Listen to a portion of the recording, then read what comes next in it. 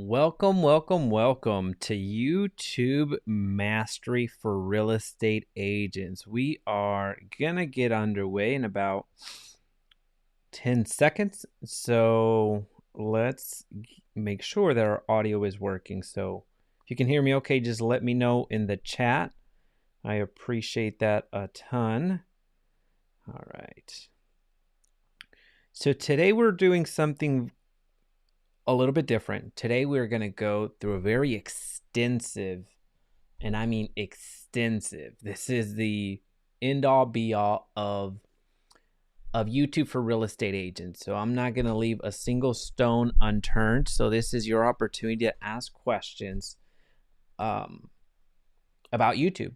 And not only that, we're going to go into a little bit of why YouTube. We're going to go into the pros and cons of YouTube. We're going to go into actually building out our YouTube channel, and I'm going to give you some resources and actually my vendors and everybody else that I use for myself and also for the agents that I work with from a 101 level. And all the agents that have partnered up with me, they get my done for you service from our end, so from our internal staff actually doing the YouTube for them. So you're going to get access to all of that, and you're going to see how we make things work. So as you're coming in, a like is going to go a long way, and let me know if you have any questions along the way. Happy to address them, because again, the goal here is to make this the ultimate step-by-step YouTube marketing tutorial for real estate agents. And I promise you, by the end of this, you will have a firm grasp on YouTube. You'll have a firm grasp on marketing your business through YouTube. So if you have any questions, please feel free to drop them down in the chat. All right, so YouTube marketing for real estate agents, just so you kind of understand where we're going to go through. We're going to go from the very beginning all the way to the very end, meaning we're going to get into some YouTube understanding, the fundamental building blocks, but then we're actually going to create a YouTube channel. I'm going to walk you through the YouTube studio. I'm going to walk you through analytics that actually matter, so you don't have to guess at this. I'm also going to give you the videos that you need to make to really buy your time back, but most importantly, generate you some business. At the end of the day, what we're covering today is about generating business. This is not a hobby video. This is not a just learn how to dabble in YouTube. This is a full mastery on YouTube for real estate agents. So that's the goal. And more importantly, this is going to be one of the longer videos, but it's going to be the most comprehensive that you're going to find. So we're going to have some fun with it along the way. So if you have any questions, again, please feel free to drop them down below. So let's start on why YouTube, right? That's something that gets asked quite a bit. We get asked, why is YouTube so important right now more than ever? Well, YouTube has over 2 billion active users every single month. So that's 2 billion people that come to the platform to either be entertained or to be educated. Those are the two reasons that users come to the platform. And they come to the platform for all reasons, whether they're learning, they're wanting to be entertained by a Mr. Beast, by a Mark Rober, by a Dude Perfect, all these major channels, or they're here to get educated, whether they're looking to learn how to change flooring, how to change their oil, how to what to know about the real estate market in our space. Of course, there's a lot of different reasons that these 2 billion monthly users come to the table, come to the platform. So you don't have to work at getting these people to the platform. They're already here. The only thing you have to be concerned about is uploading content and putting that video in an optimal place, in an optimal position to be found by those users. And YouTube helps you and helps promote you if you know how to get promoted. Now, another benefit to YouTube is that it's a one and done model. The moment that, as an example, this video, this live stream is over, I go on to the next video. The moment that I record a video, edit it, and upload it to YouTube, it's over. I go on to the next one. So it's a one and done model. As soon as you're through with the video, you upload it and you're done for all intents and purposes. Another huge win, another huge benefit of YouTube is that it's absolutely free. So you don't have to pay YouTube a dime to upload your videos. Now there might be a upfront upfront cost, upfront investment, so you can get the equipment in order to make the videos. And we'll talk about how to do all this for free, but I'm also going to give you the equipment to upgrade with, so you can be very, very strategic with your purchases. But for all intents and purposes, the actual act of uploading, that's free. You don't have to pay YouTube a dime for that. So it's very powerful. And then more than that, there's just such a deep connection that you get to build with your community. So YouTube is a video-based platform. So as you can see, this is video. You can see my hands, you can see my motions, you can see my expressions, my body posture, and all that fun stuff. So with video, outside of being there one-on-one, outside being there in physical presence, video is the fastest way to build a relationship with an individual. So there's really no other platform out there. Audio, the limitations with audio is you can hear and there's inflections and you can get the tonality, but you can't see the visual, the visual or the posture and really picking up on some body language. That's a limitation to audio. And text, well, you don't have the audio, so you can't hear tonality, and also you don't get the video component, so you can't see the visual or the physical, what they're doing with their bodies. So those are the downsides to the written part. But for all intents and purposes, why YouTube? There's a ton of folks on here that are looking for information, that are absolutely seeking that information. So if you can be that creator, you can be that real estate agent that uploads content to YouTube and addresses questions and entertains and educates along the way, you're going to be absolutely positioning yourself to have a sustainable business and a thriving business that brings you business in your sleep. So the beauty of this is that when you are uploading content, we mentioned it's a one and done model, but it's there working for you regardless if you are behind the computer screen at that point. You can go off and be in appointments. You can go off and sleep. You can go off to vacation. You can go off and do anything that you want. And the beauty is that you've already replicated yourself. So the more videos that you have out there, the better, right? So as far as YouTube is concerned, in a real estate lens, so a real estate agent perspective, there's such little competition right now that it's crazy. Regardless of the market that you look at, regardless of the community that you're a part of, if you go into YouTube right now and type in, let's say, Orlando real estate agent, or top Orlando realtor, there's a few agents on there, and actually one of them is a really good person to model, Dan Ganator. So he's sometimes on the live streams here. So he's somebody that is absolutely taken over anything Orlando related. So that would be a great follow if you're looking to operate YouTube at a high level. But for all intents and purposes, independent of that, or not independent of that, there's still such little competition. So I'm sorry to say, but like Dan can't take over the entire city. That'd be amazing. That'd be great. But at the end of the day, some people are going to connect with Dan. Some people are not going to connect with Dan. Some people are going to resonate with Dan. Some people are not going to resonate with Dan. At the end of the day, the opportunity is there plenty. So I'm going to guess there's probably 15,000, 20,000 realtors in Orlando. So the competition is fierce, but in terms of the amount of agents there are, but when you're talking about a YouTube presence, it's absolutely small. So that allows you to rank your videos, rank your presence, rank your all the content that you put up. It's very simple to rank, and we're going to go into some actual strategies here very shortly. And at this point, really, it's the gold rush. So it's a huge land grab at the moment. So the more content that you put out there, the higher likelihood that you're going to claim a good portion of that land. So again, I do believe that it is a huge opportunity for those that seek to pursue it. But the key thing is that you actually have to pursue it. So with that being said, let's talk about the benefit of YouTube when it comes to the video that you put up on YouTube.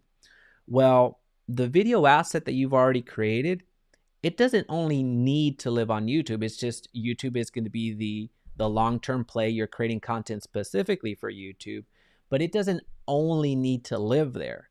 You can use the video that you've created for YouTube and repurpose it in your email sends. So anytime you send an email, you can include some of your videos. You can upload this to LinkedIn. You can upload the video to Instagram. You can upload the video to Facebook/Meta. You can upload videos to TikTok.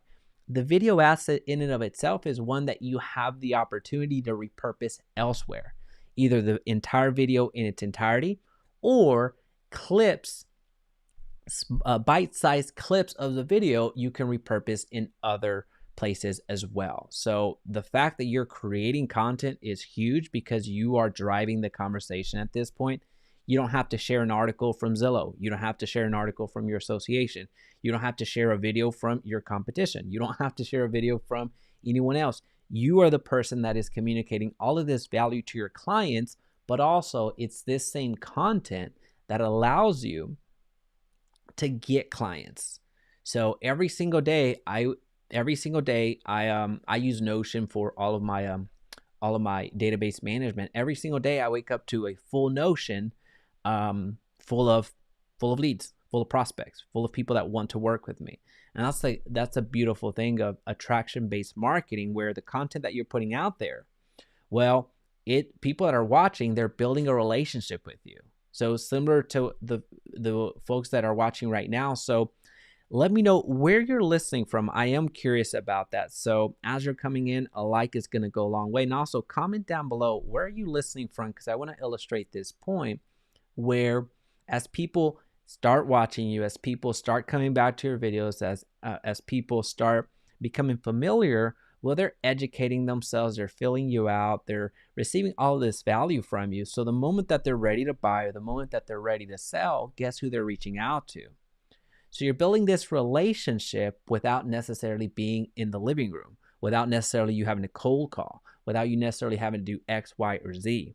So it's a very powerful platform that we really can't overlook.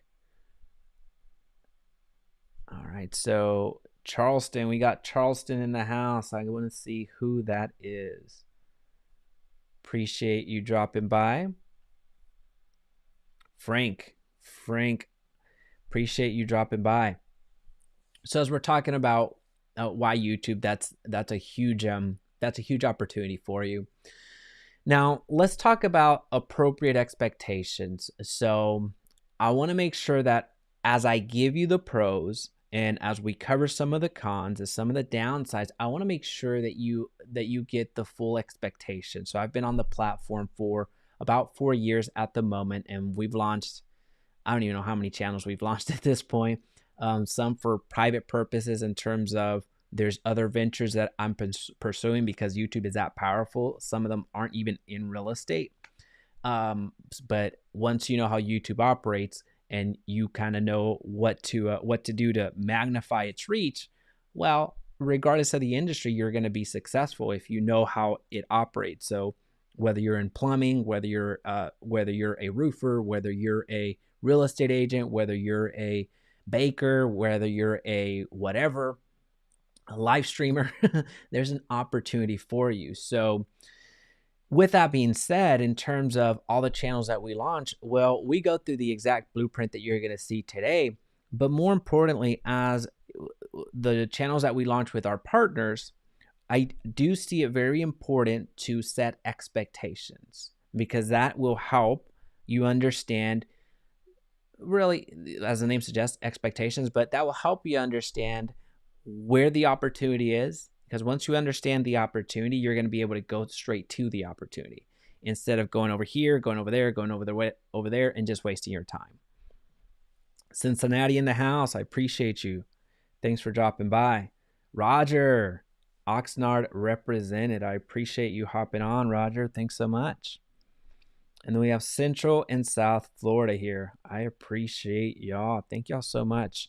We have a good reach nationwide and international at some point. So appreciate everybody hopping on.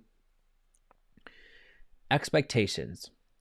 With YouTube, I don't consider it a short-term play. I call it a passive lead generation strategy, a strategy that is being built for later business.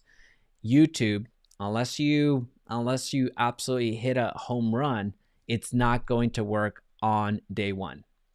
And let me repeat that. Unless there's an absolute viral moment, unless there's just lightning in a bottle, you're not gonna upload a video today and expect return tomorrow. That's just not an expectation that I can give you. Now, one of the questions that comes up after that is, well, if it's not going to work tomorrow, when is it going to work? Well, that's a very loaded question, and I want to go ahead and do the best justice at answering that right now, because I get that question quite a bit. What I typically share with agents that I work with is expect a 3 to 6 month turnaround on your YouTube content. And here's why. Well, instead of saying why, let's address the how.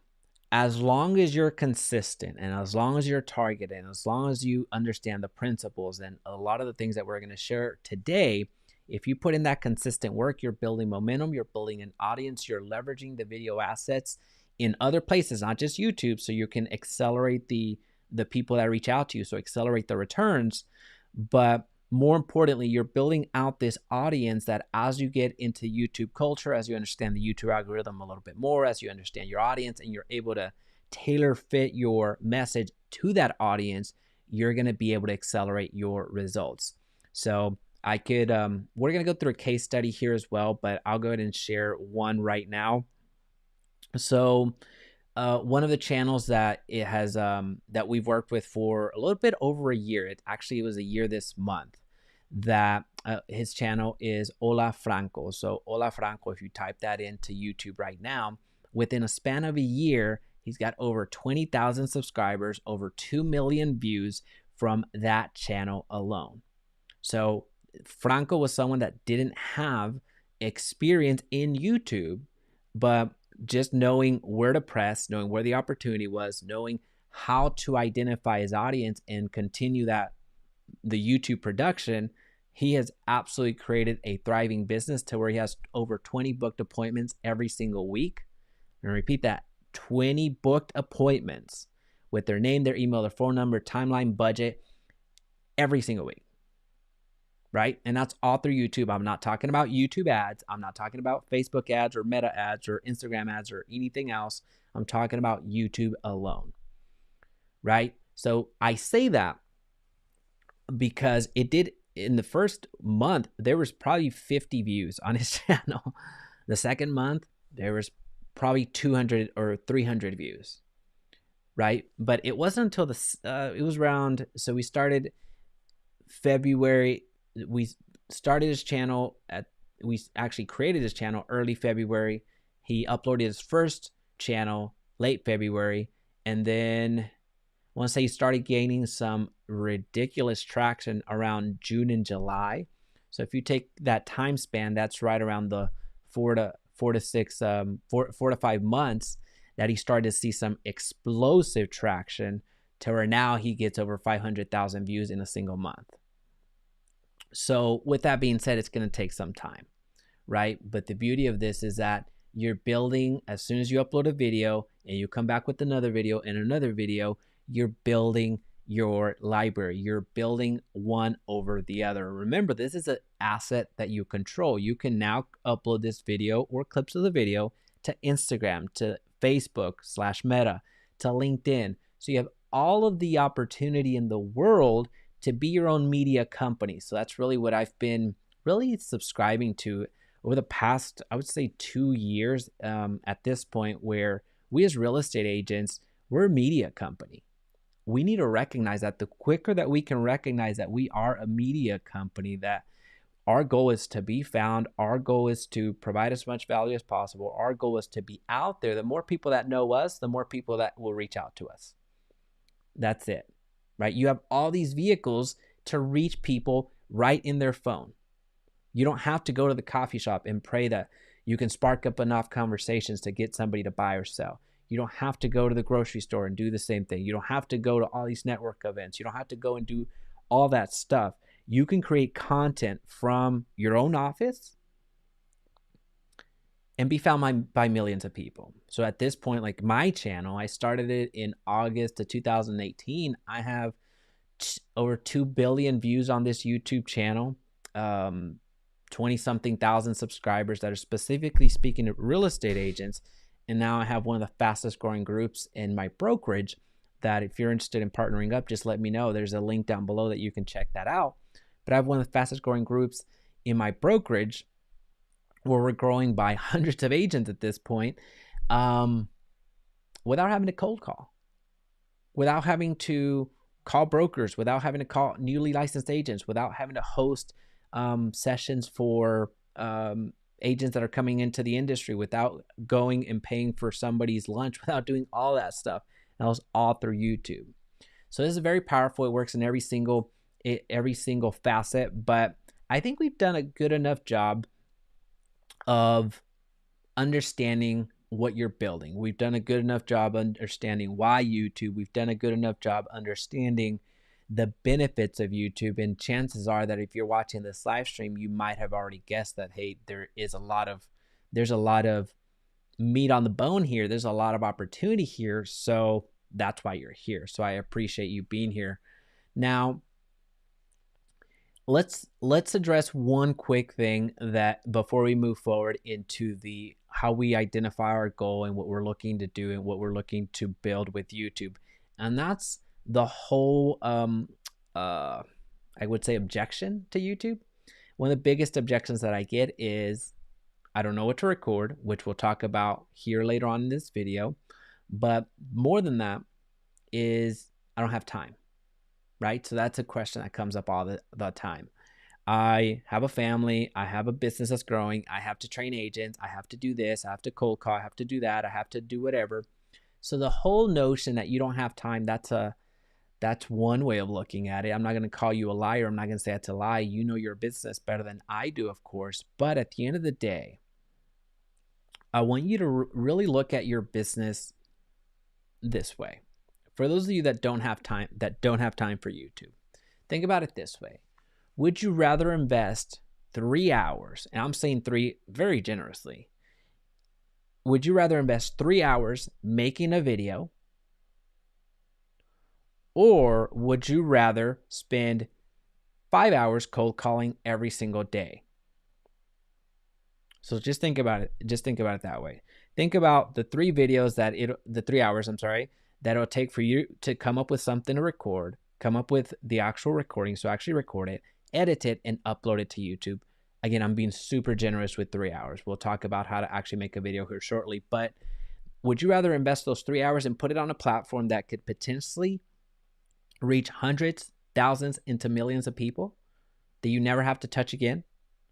Or would you rather spend every single day cold calling and hoping that you make contact with 12 people, that 2 of them actually give you their email, and then you follow up, and pray that you catch them at the right time that they actually want to sell years down the road? Who would you like to be? Would you rather do 5 hours of cold calling every single day for every single day? So let's just call it 25 hours of prospecting every single week, or have 5 videos, I'm being extreme here, but 5 videos every single week that you upload to YouTube? So at the end of the year, you're going to have hundreds of hours of cold calling, but you're also going to have, at the end of the year, you're going to have 5 times 50, 250 videos out there generating hundreds into thousands into millions of views. That's a very real realization that you need to have, because that's the same realization that, not because it's the same realization I had, but it's a realization that I had, to where from the span of 2019 to 2012, I made a video every single day for 740 days straight, over 740. And those videos are still getting viewed. Those videos are still I'm still getting comments. I'm still getting people opting into my funnels. I'm still getting people reaching out to me. And it's the same thing for the agents that I work with. I mentioned Franco earlier on. Those videos, think about it. Those videos now, he's got 2 million views in a short amount of time. If Franco were to not make another video today, forever and for always, he's still getting AdSense. He's still getting sponsorships. He's still getting affiliate money. He's still getting clients reaching out to him. He still has a business. If you stop cold calling today, who's going to care? Who's going to care? Obviously, your bank account's going to care. Obviously, your family's going to care. But Does that make sense? Hopefully that this is making sense, because this whole notion of you don't have time not to do it. That's the thing. You do not have time not to do this, because it feeds into everything else. So we'll keep going, but I just really want to make sure that we're all on the same page, because we're about to go very, very quickly, and I just don't want you to miss it. And more than that, when you're up at midnight, when you're up at 3 a.m. editing because you've got to get a video out, or when you're that's the only time that you can record a video because you got commitments, you got a family, you're either full-time and looking to go, you're part-time and looking to go full-time. There are some sacrifices you need to make. I'm not saying that make a video and your life is going to be perfect. I understand that life is not perfect now, but you just got to make video. So I say all this because there will be time where you're going to face adversity, because you're going to have to spend money to get something edited. You're going to spend money to get something designed. There's going to be sacrifices you need to make, and you need to understand why you're making those sacrifices, right? So it's something that I just want to make sure that we're all on the same page, so we don't miss it. I'd rather have 5 videos weekly. And that, yeah, I agree with you, Roger. I'm still watching them. There you go. Right? So it's the same thing that you can do for your business. It's the same thing that YouTube works for every single industry. Whether you're a dentist, whether you're a doctor, whether you're a pilot, whether you're a whatever, there is an opportunity here for you. And all of you are real estate agents, or a majority of you are real estate agents. So this is an opportunity for you that I don't want you to miss, because there's probably going to be other opportunities down the road, but the opportunity that is here for you right now is YouTube, and that's what we're looking at today. All right, so we touched on this just slightly, but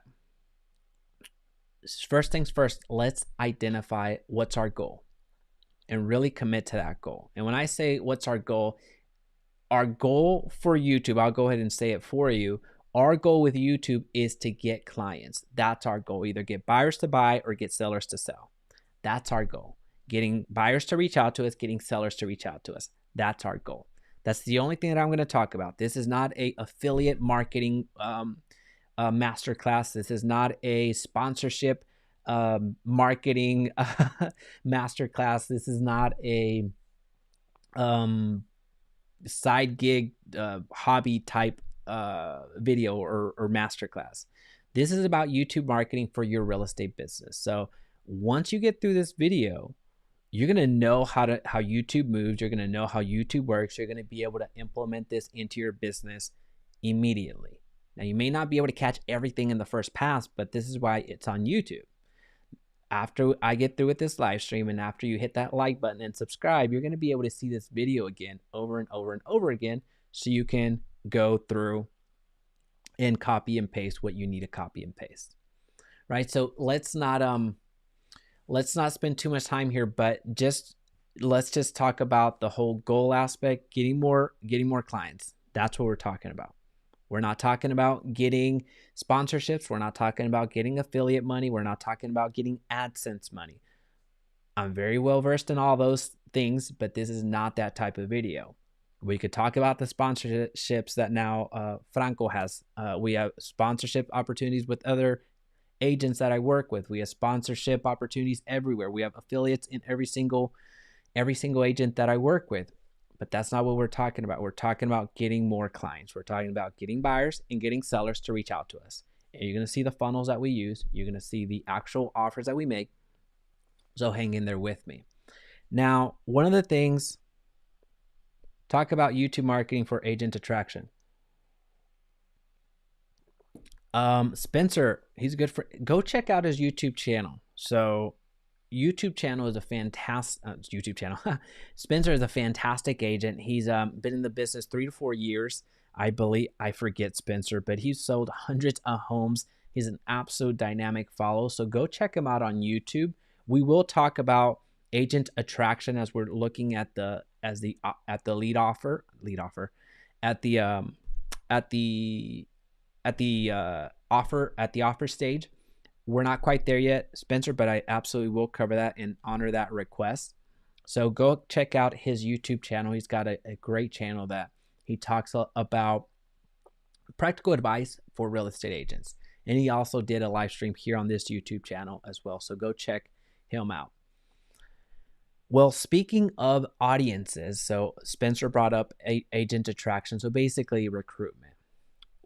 You have to understand the whole audience. You have to understand, who are you trying to attract? Are you trying to attract buyers?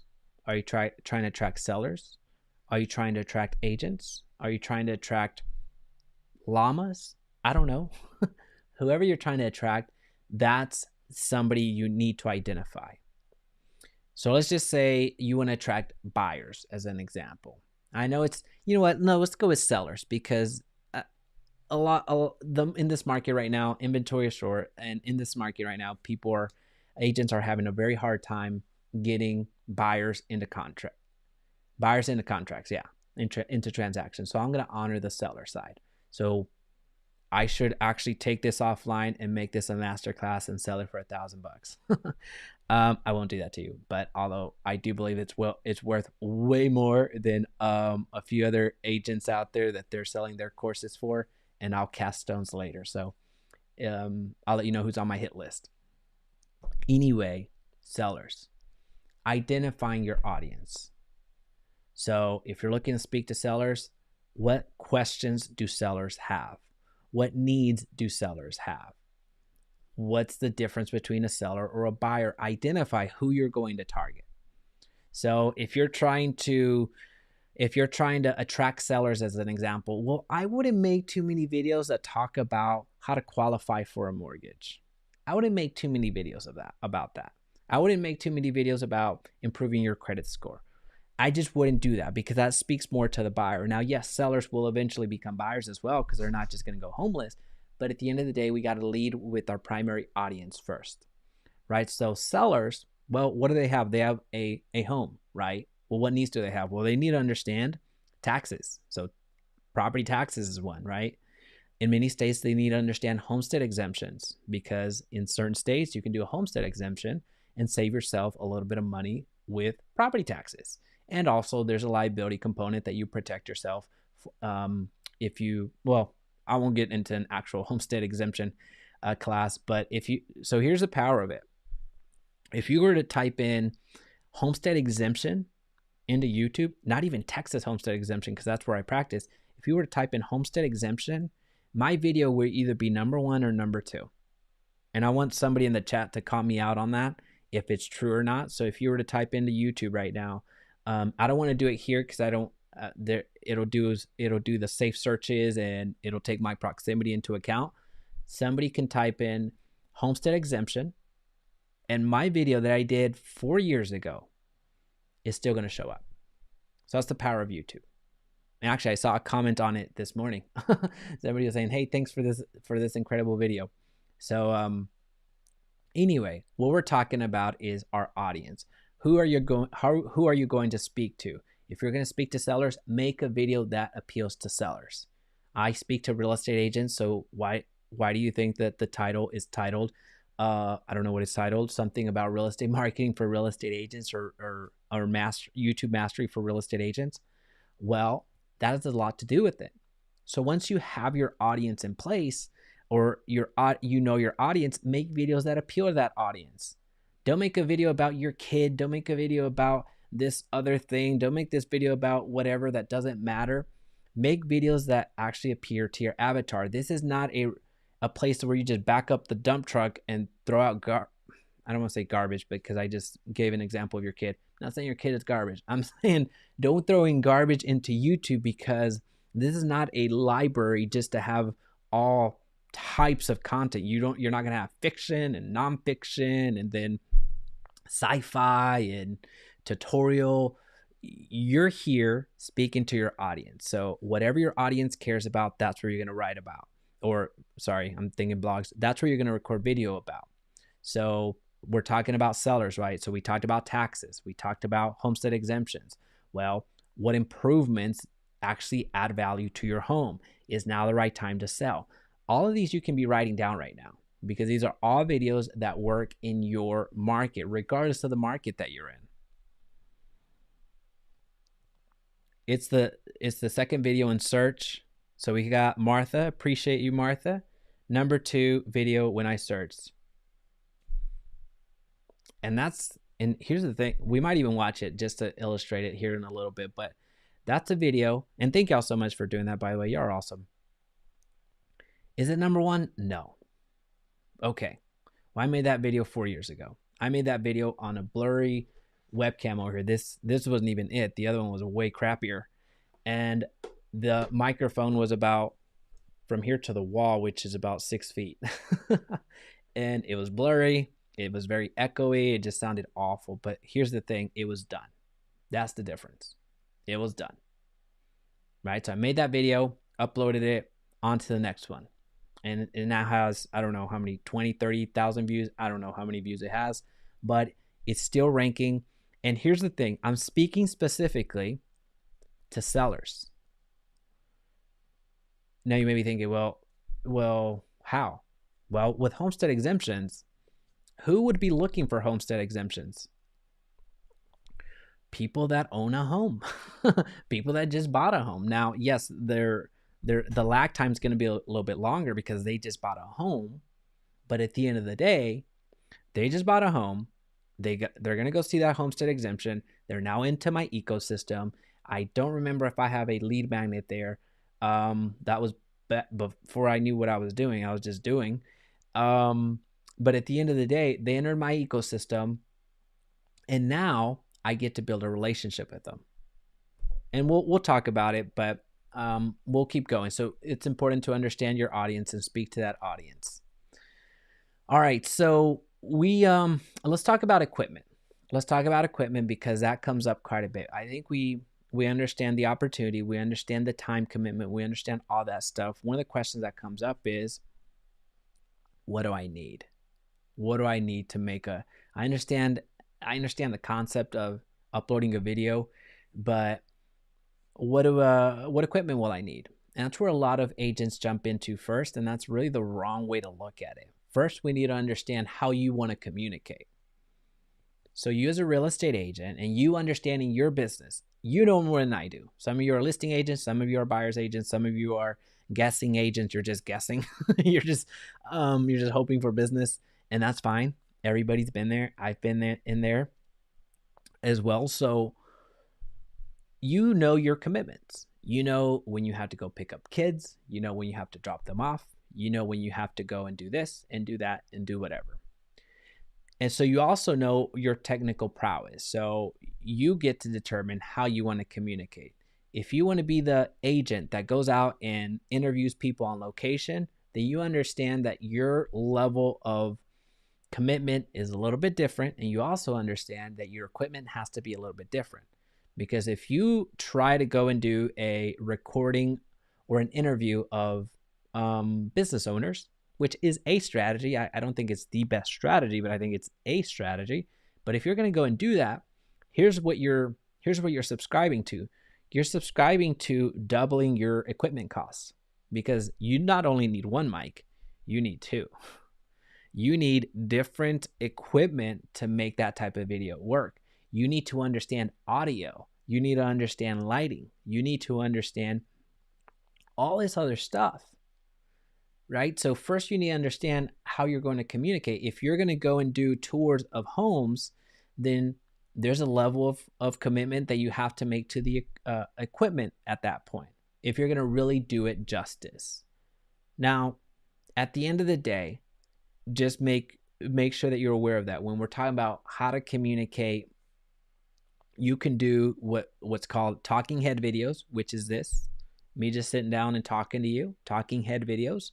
You can do on location videos. So you go to a house and you do a video there, whether you're just doing a home tour or you're talking about an actual topic within a house just to have a different set.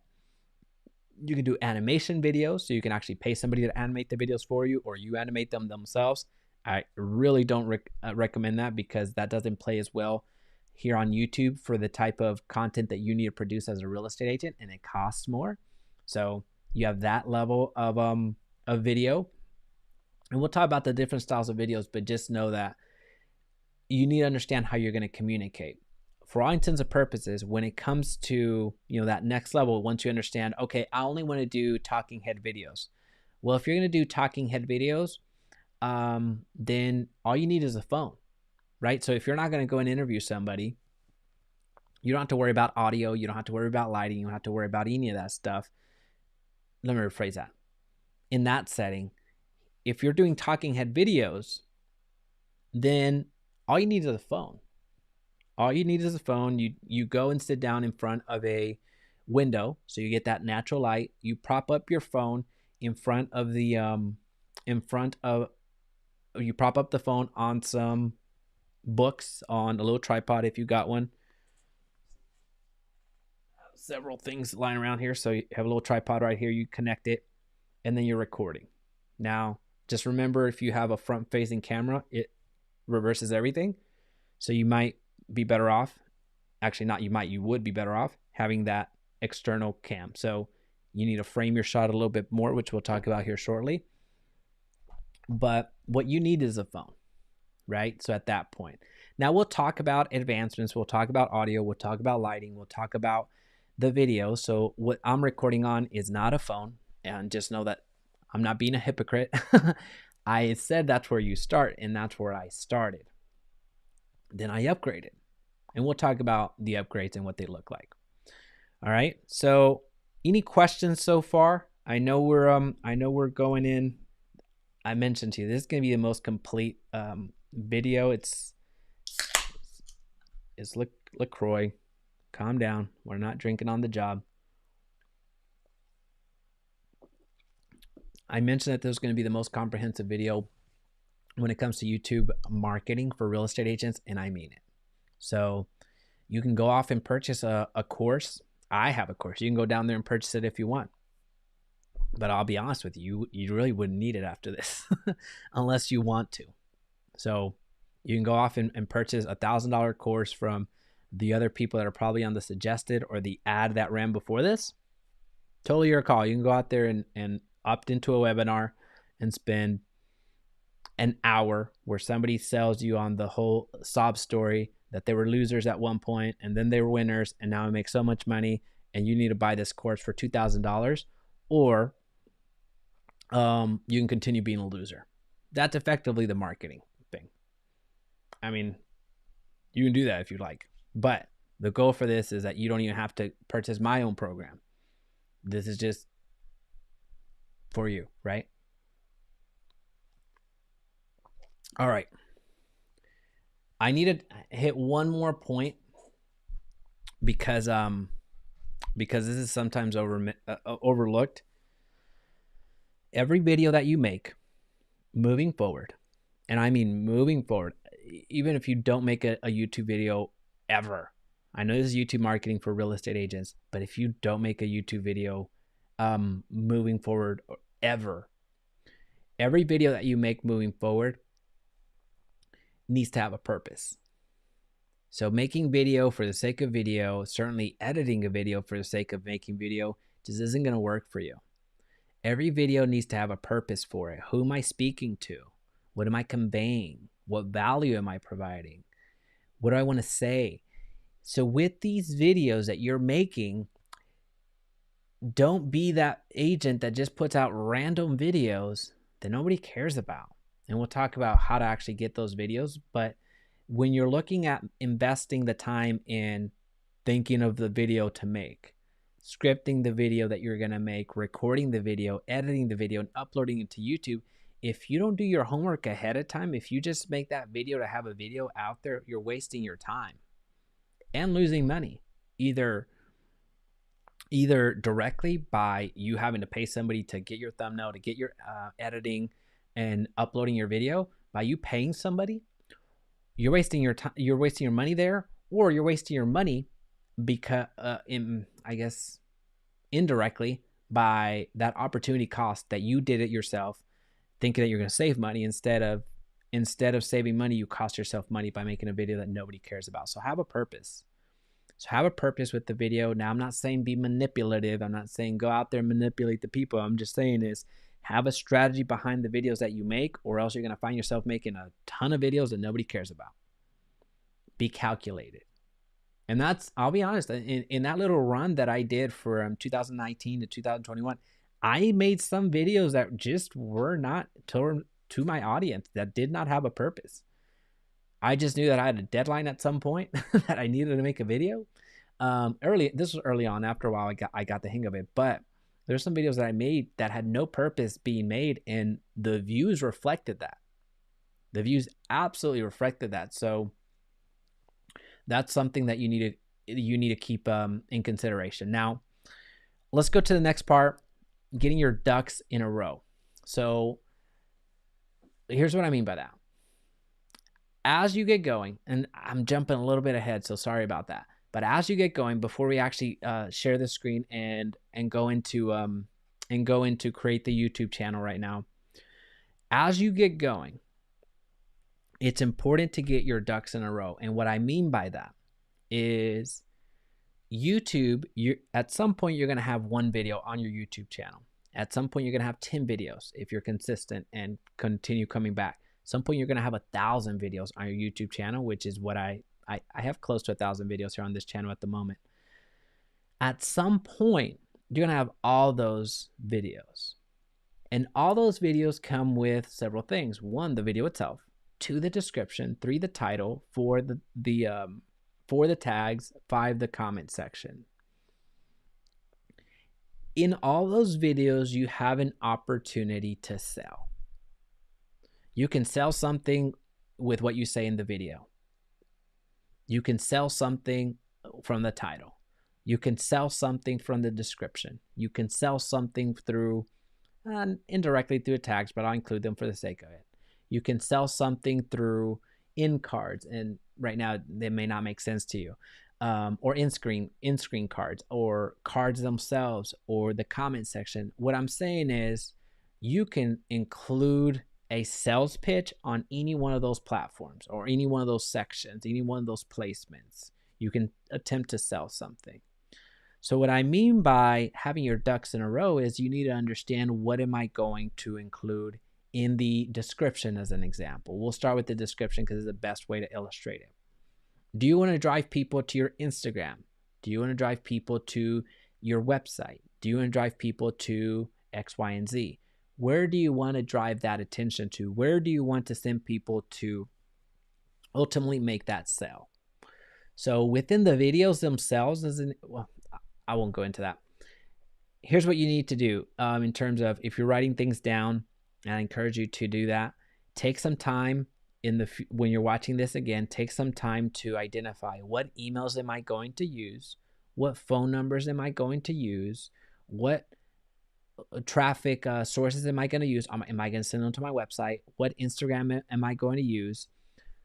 All those domains, all those links, all the contact information, you just need to put it in one place, either on your Evernote, on your Notion, on your paper, on whatever, because that's going to be important. And the reason I say that, I'll give you one example and then we'll jump into it. This is like a level 4, level 5 advice. If we're going to level 5 being the most advanced, if you will, let's call it a level 4 advice. You as a real estate agent, you do not have to articulate your brokerage in the video. Now, many of you do. Many of you not only say it, but many of you actually put it as a lower third. Hey, this is Jaime with eXp Realty. I would not say that. And I'm speaking directly from you, just directly to you, and learning from past mistakes, right? So, because you don't know if you're going to be with that brokerage forever and for always, right? So I want you to, whenever you're making your videos, so you can obviously say your name. You can say the brokerage that you're with, that's fine. But the moment you start giving emails out and phone numbers, you're putting yourself in a situation to where your video can become outdated. What happens your name's going to be your name unless you just change it. What happens if you move brokerage? Okay. What happens if you gave your brokerage's email? So Jaime Resendiz at exprealty.com. Okay, there's a little bit more dated. What happens if I give my phone number out and it's my office line that is controlled by my brokerage? So I would put so in terms of, again, this is level 4 advice because you have to be thinking that far ahead sometimes. I wouldn't do any of that. I would say who I am, and I would put you know, I say that I say that I'm going to be with this. I have no intentions of me moving brokerages, if you will. But at the end of the day, that's something that you need to be mindful of, because once you make it in the video itself, then that's stamped in time. That's stamped there forever. Now, of course, you need to have disclosures. We'll talk about the disclosures, but I would put the disclosures in the description. I can edit the description. I can edit the title. I can edit the comment section. I cannot edit the video itself after it's already been uploaded. The only thing I can do in the editing is cut it out or blur things out. So just be that forward thinking in terms of, when you're getting your ducks in a row, understand where everything fits into place. So right now, gather all your socials, gather all your contact information, understand where you want to drive people to. If you don't have a website, create one. If you don't have a landing page, create one. We'll talk about the offers to make here in a little bit, but I just want you to have that and be mindful of, because your videos can become very dated. Now, will somebody be tricked into saying, oh, there's that phone number, 88888. They dial it and say, hey, is Jaime there? No, no, he went to another brokerage. Oh, okay. Well, I don't care about him. Give me somebody to work with now.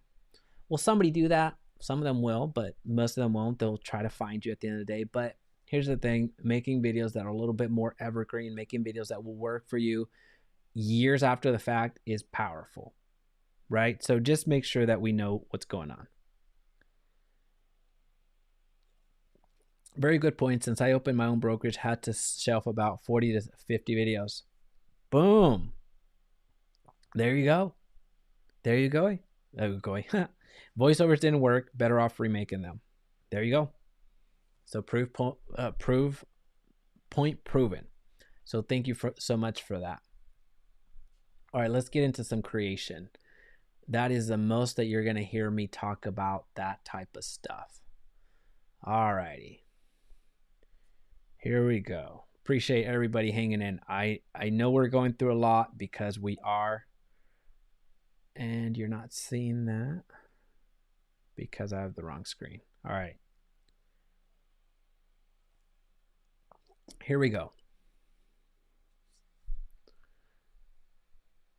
Oh, and there's Franco, by the way. So if you were looking for his channel, there it is. Hola, Franco. In a day, this video he uploaded a day ago, 15,000 views. He's come a long way from when we started. So good to see him continue to thrive. All right, so let's check this out. Let's create a YouTube channel. We're going to go to switch account, and we're going to go to all channels real quick. And we're going to create a channel. All right, so here's where we get into some compliance talk.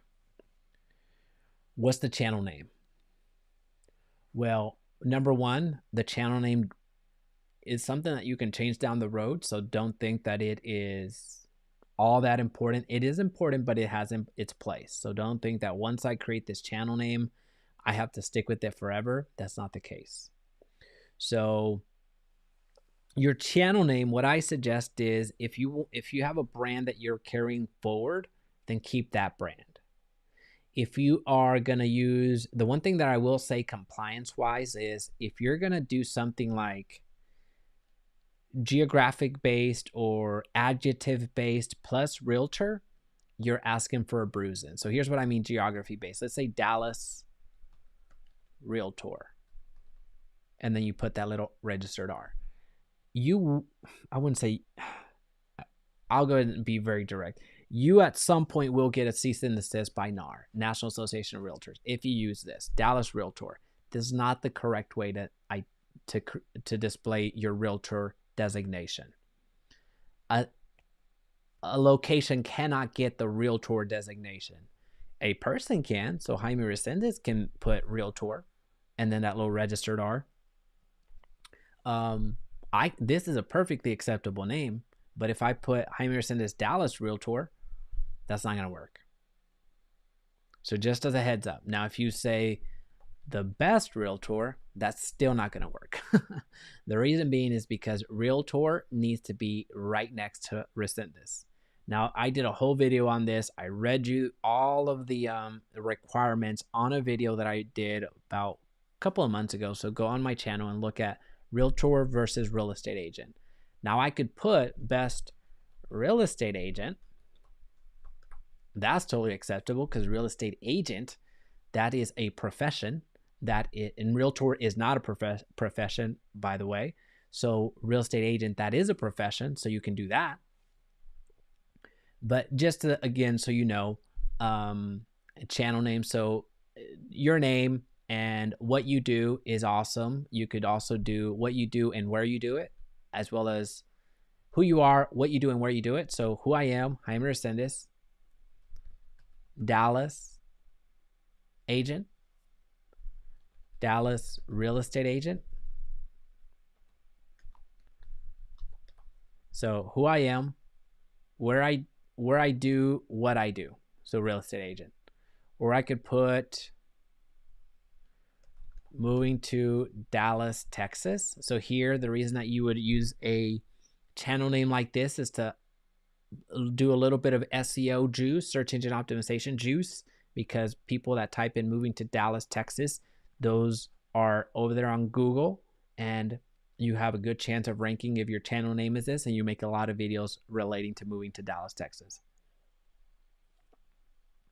You could also do something like Dallas real estate homes, or Dallas real estate homes for sale.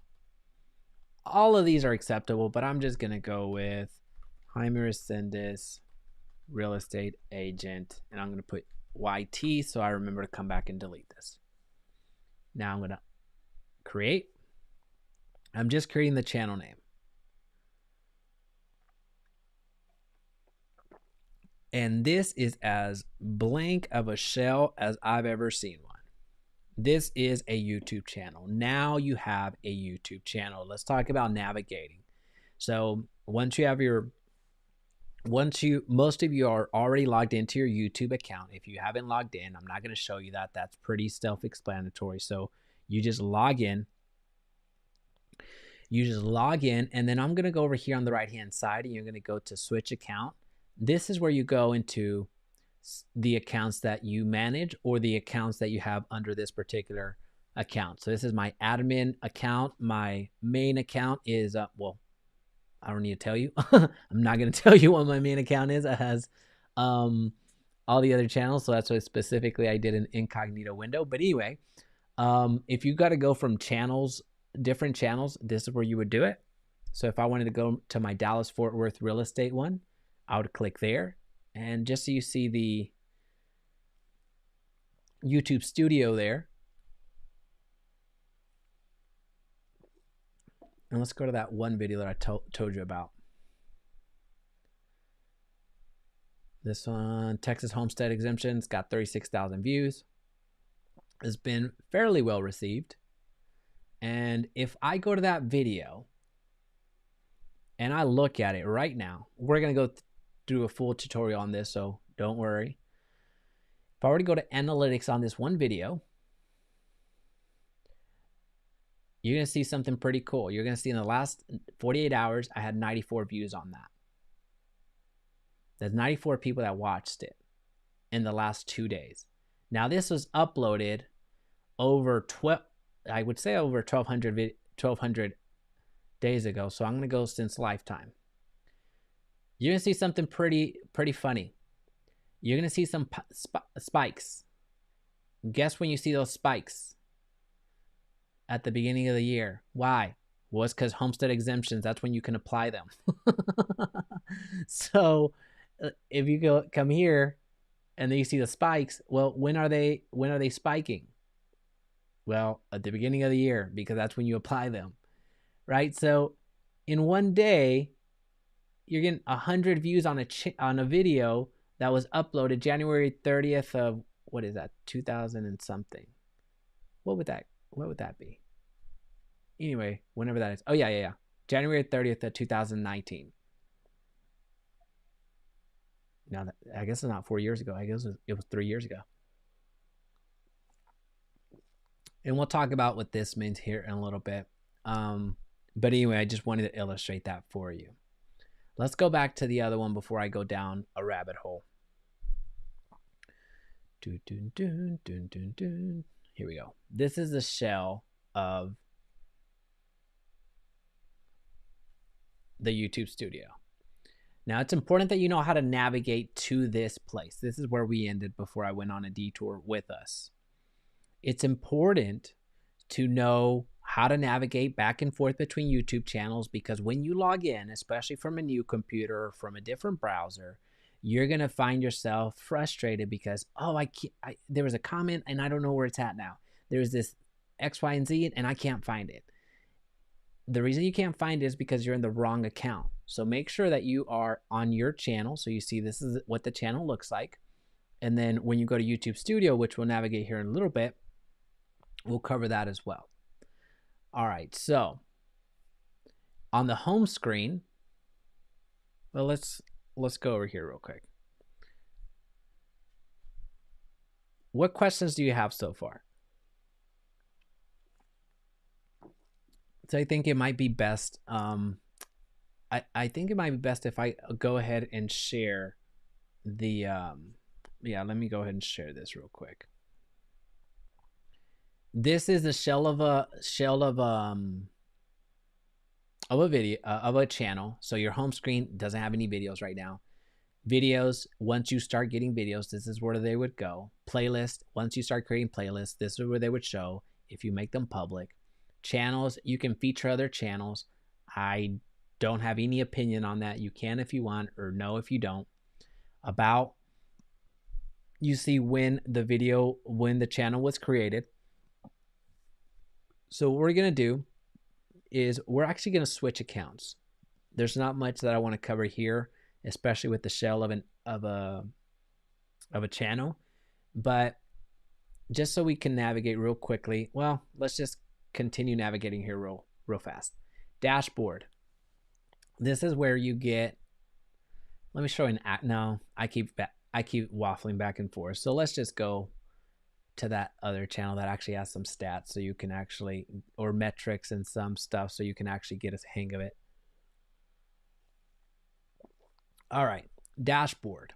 These are some quick facts. These are some quick things that are important to you. The news, anytime YouTube has something of importance, they'll share that with you. Ideas for you, this is relatively new, so sometimes you'll get some meaningful ideas, sometimes they're pretty obvious. And then Creator Insider, YouTube has their own channel that they'll give some feedback for, so you can always check out what they've got to say. Recent subscribers, you can actually see all of your subscribers from the date that they subscribed. So you see back to when this channel was originally created. Oh no, this 90 days, lifetime. You can see when your first who your first subscribers were. So it's actually my best friend up there, and then some great friends here, Jaron and Sylvia, shout out. So you can see recent subscribers here, latest comments, so you can go to the comment section from here, but you'll see how to go to it here momentarily. Some very brief analytics, just what videos are performing well, the amount of views, amount of subscribers. So this channel, even though it hasn't had much activity in a while, it's about to hit 1,000 subscribers, so that's pretty neat. Your latest videos, so you get to compare against how they're doing. And then any published videos that are performing well, you see them down here as well. All right, so let's go to content. Content, as you're uploading videos, and by the way, to upload videos, all you have to do is go to the top right, either upload a video, go live, or create a post. Uploading video is the traditional way of uploading a video. So you have the video file, you upload it, and then it's here on YouTube. Going live, you can go live directly. Well, yeah, you can go live directly here in directly from YouTube, or you can use a third-party software, which I use, Restream. So Restream is what I use right now to broadcast not only to YouTube and also to Facebook at the moment. But we'll talk about the live stream here in a little bit. All right, so content. This is where you, as you're uploading content, you're going to see all the videos that you upload. And then you're also going to see all the live streams that you've done. I have not done any live streams on this YouTube channel. And then all the posts that you have made. So you can create a post which can be seen by people that are subscribed to you. So if I create a post right here, I can upload an image, or I could feature a video, or I could create a poll if I wanted. That way you can have, it's kind of like the social media arm of YouTube. But in the videos, so you can do batch editing if you need. So if you want to change the title to all of them, change the description to all of them. If you want to, let's just say, what do we want to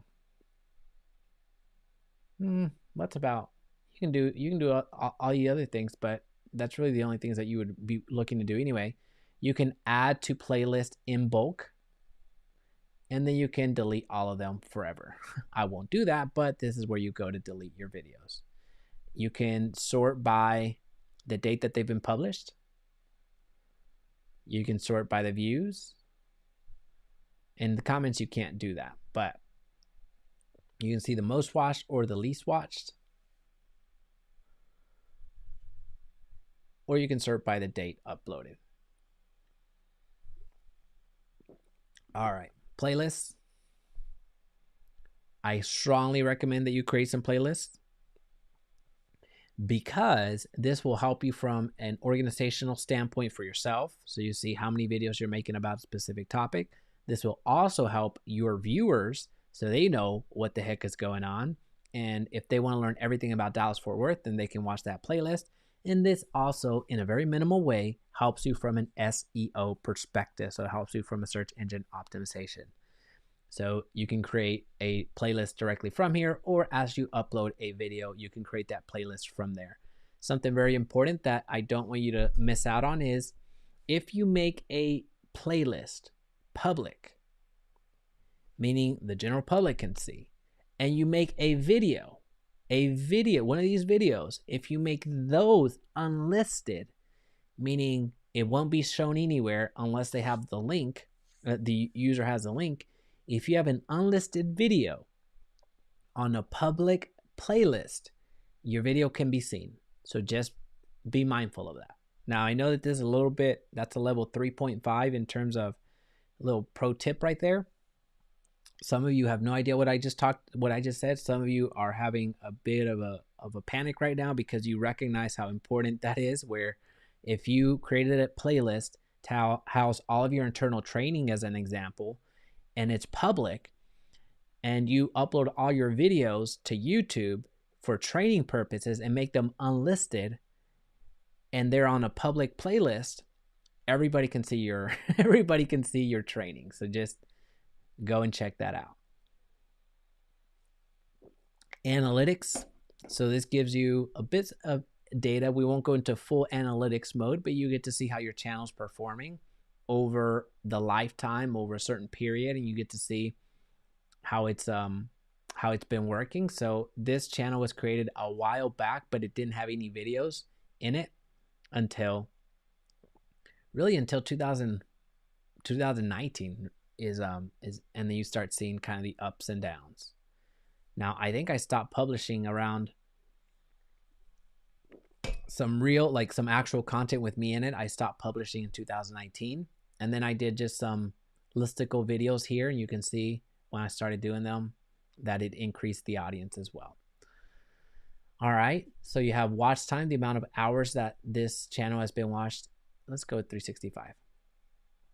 The amount of views in the past year, the amount of hours that it's been watched, the amount of subscribers that it's gained in the past year. The reach, you see the amount of times the video has been shown to the general public. The average click-through rate. So of the times that the video is shown, what percentage of that time are my videos actually clicked. So that's the click-through rate. So it gives you the entire views. Unique viewers, until I upload more frequently, I won't get the unique viewers back. Engagement, so you see watch time in total hours, which we already looked at that, and then the average view duration. So on average, people watch about 3.5 minutes of my content. Audience, until I start uploading a bit more frequently. Well, let's see if we change this. There we go. A shorter time frame, 90 days. Returning viewers, 485.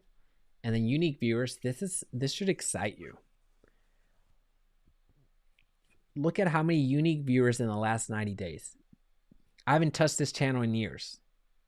Look at how many unique people have seen me. This should excite you, folks. If it doesn't, then you don't have a pulse. When viewers are on YouTube, when your viewers are on YouTube. So what this lets me know is that they're more late. This lets me know that this is after work hours, which is completely different than my YouTube channel. The one that you're on right now. My YouTube channel, the one that you're on right now, since I speak to you real estate agents, the bulk of my views are in the middle of the day, because you are using that opportunity to watch some of my videos on how to do lead generation on Facebook, how to generate business direct mailing, how to use Craigslist, how to use Meta Marketplace, so you're using it as a resource in your business. Here, the content here that's geared towards home sellers and home buyers, they're watching the content after hours. They're watching it after they've gotten out of work. So that's something important that you should be mindful of. And it gives you some additional statistics. I won't bore you with too much of it. Look how many people are not subscribed. The reason being is because there's really two videos that are driving the bulk of the subscriptions. I'm sorry, bulk of the views. But I really don't make too much of a point for them to subscribe. So I'm not surprised. And then you get to see the breakdown of the rest of the information. You just need to start looking at your analytics and start making decisions based off of it. Some comments. So there's a few that I haven't responded to yet, but you see all the different comments. So you see that one that I talked about. This one that just happened about 8 hours ago. Many thanks. So people are thanking me. That's awesome. So if I am closing March 22nd, I can't file until January 23rd. Let's go ahead and answer this. I heart that. I thumbs up it. I reply, that is correct. Where'd you purchase, by the way?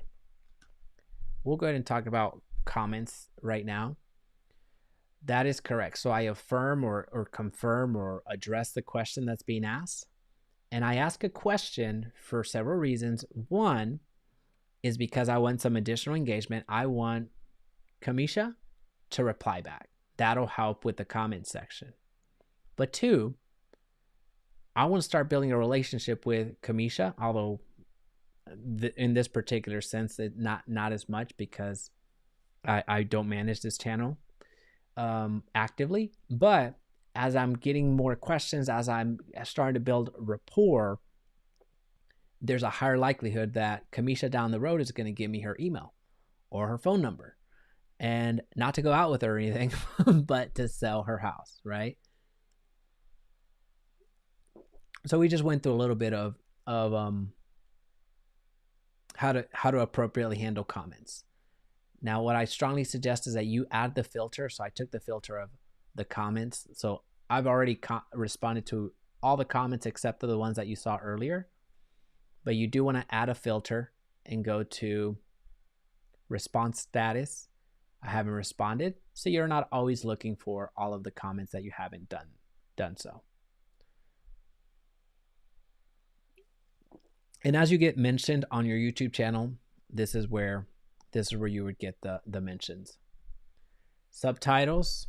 I don't do subtitles, but you can. You can absolutely do subtitles on your videos. So with your subtitles, what you could do is allow YouTube to create the subtitles for you.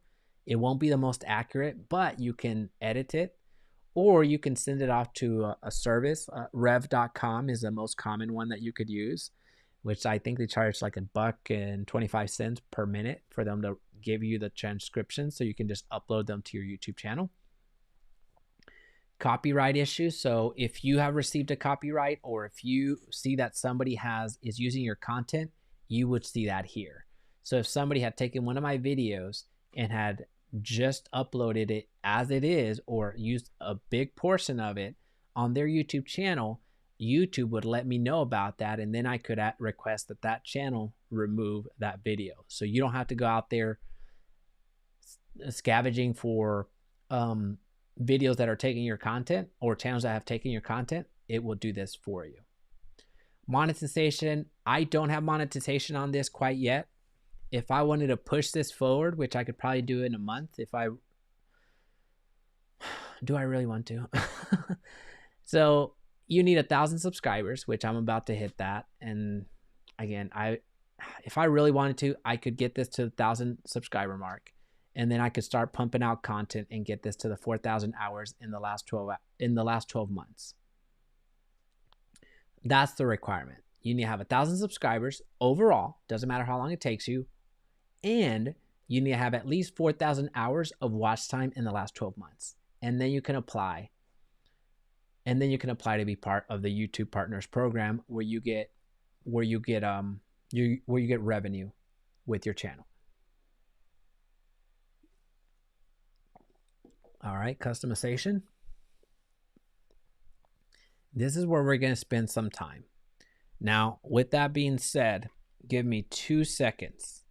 I am going to go take a bathroom break, so talk amongst yourselves. I'll BRB.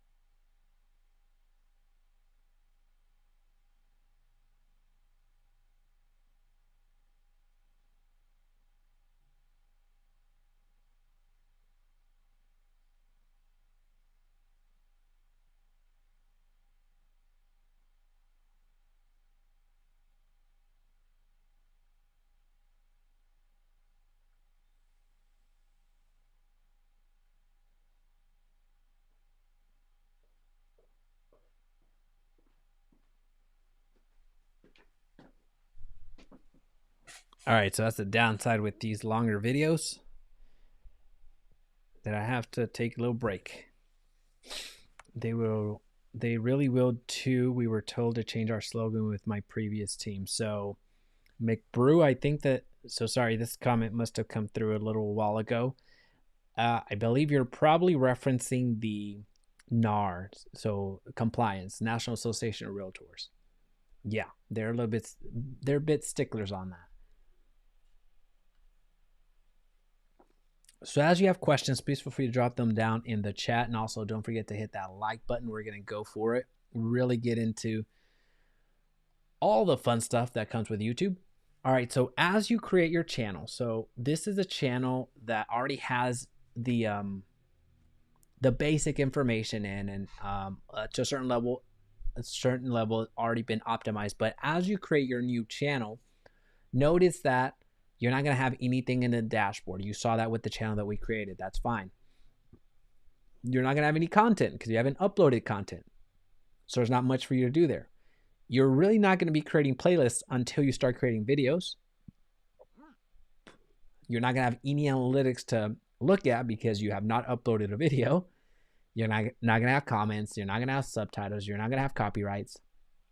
And you're certainly not going to reach monetization. So what in the heck can you do right now?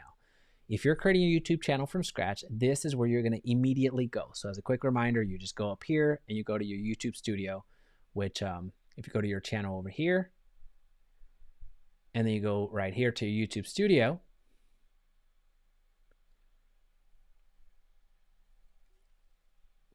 you would go to customization, and what you're going to do is several things. I start with the basic info first. Start here, basic information, just so you kind of see where it's at. It's over here. This is your basic information. So here you're going to put what you do, where you do it, and why you do it. And then also you're going to take those links. You're going to take those links that we talked about, your IG, your contact information, your phone, your email, or whatever you want to show out there publicly. This is where you would put it. And this is going to be one place that you put it. There's several more, but just so you have them in one place. This is your channel URL. As soon as you get 100 subscribers, you can change this to something unique. So it can be youtube.com/channel/Jaime Resendiz if I wanted. So I could change this. So set a custom URL for your YouTube channel. And that only happens after you get 100 subscribers. So that's not something that you get immediately. And you can have 5 links, 5 hyperlinks to your channel. So these are the hyperlinks that we're talking about. So you have your primary link, which is this, Facebook, and then you have 4 more links that you can add. Now, some of these actually don't even work anymore. So that's the level of abandonment that this channel is in. So just giving it to you straight. But you can have up to 5 links. So that's why it's important that you've gathered and have all your ducks in a row so you know where you're going to send people, because for all intents and purposes, once you set it once, you don't have to do much with it again. So buy yourself some time, be more effective with your time, and getting things done once is a lot easier. So you have links on a banner. So you have 5 links, and then you can put your contact information right there. So the email for people to reach out to. So when they click on view email, it shows up. All right. So that I start there first. I start in the basic. Now when we go to branding, you can change that little profile. So this is that little avatar that gets seen right there. So when somebody comments, or when I comment on somebody's videos, that's what they see. And then your banner image is up here. This is a banner image. So if you look at this, you can change it, you can remove it, you can do whatever you want. What I will say about the banner image is don't try to do it yourself. Just don't try it. The reason being is because YouTube is very specific, because you see the television version, you see the computer version, and then you see the mobile version. There's such different dimensions. Just get somebody off of Fiverr to do it for $5 to $10. You have more important things to do with your time than worry about this banner. So get somebody to do it. You can go to places like canva.com, canva.com, but I don't want that for you. I just don't want you to go through that trouble, because even if you go to Canva and the template is there, it's going to be tough. It has to do with dimensions. It has to do with all that stuff. So don't bother. Get somebody to do it. It's going to look much better anyway. And then the watermark down here. So when you upload a video, you can watch one of your video. You can add a watermark at the bottom right-hand side. It could be your logo, or it could be a little watermark that says subscribe. So if you're watching this on this channel, I don't know if I have it or not. I might, but you can upload a little button that says subscribe. And when people are watching your video and click on that button right there, that little watermark, it actually prompts people to subscribe. So there's that video watermark that you can upload. When it comes to layout, featured, let's go to video spotlight, channel trailer for people who haven't subscribed. So when people that come to my channel, if I had this toggled on, which I don't, but if I wanted to add a channel trailer to the channel, so whenever somebody comes to my channel, there would be a little play button here that says, well, let's add it just so you see it. Let's say I wanted to add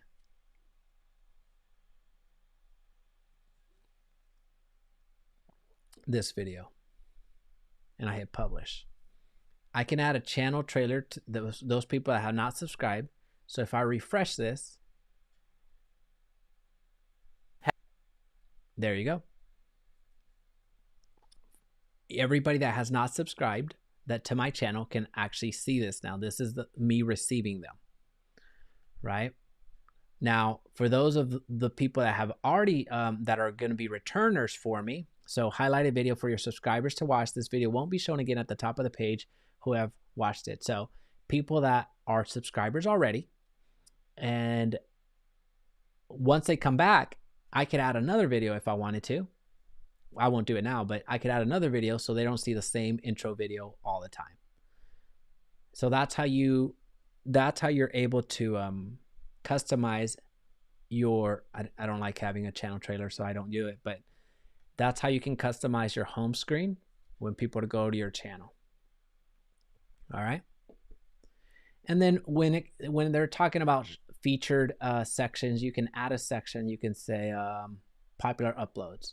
I can make my popular uploads, and then my uploads, just regular uploads, go right there. So if I go here, you see that this is just my latest uploads. If I go here, I didn't press save, did I? Publish. Here we go. Now what's going to happen is this is going to bump down, and then my most watched is going to show up. There you go.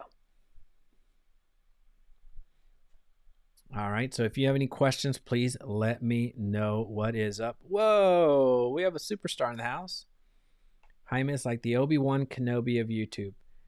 My guy, Justin. I didn't see you sneak in.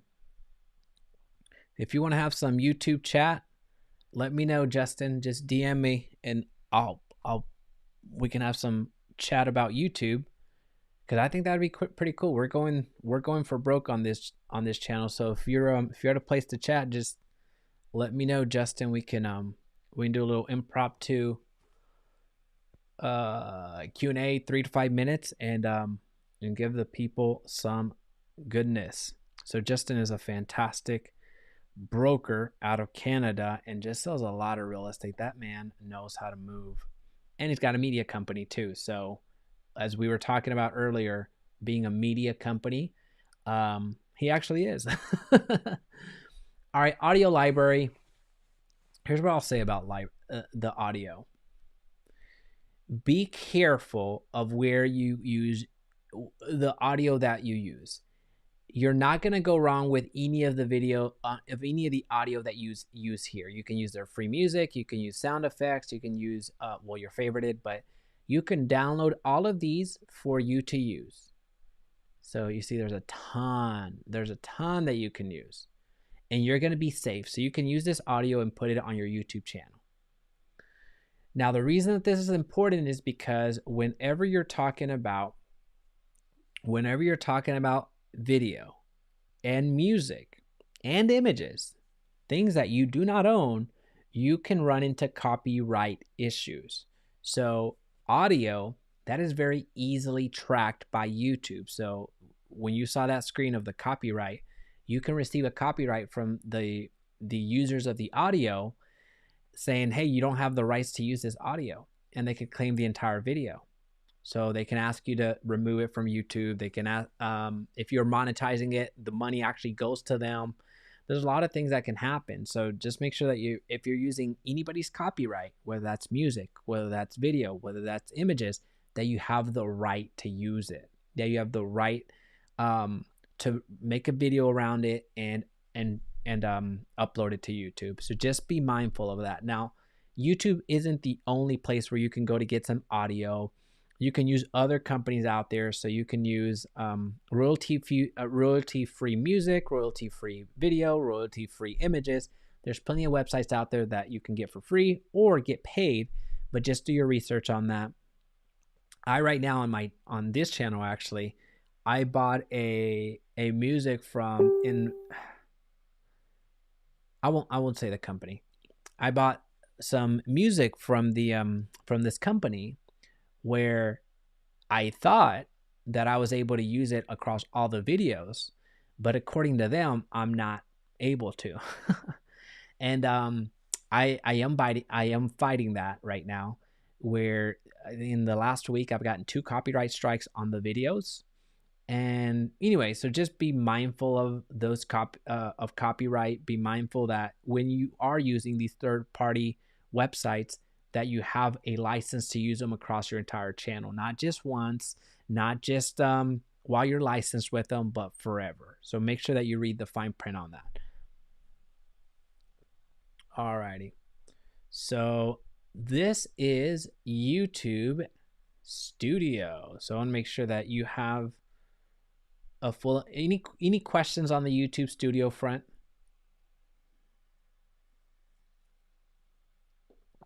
All right.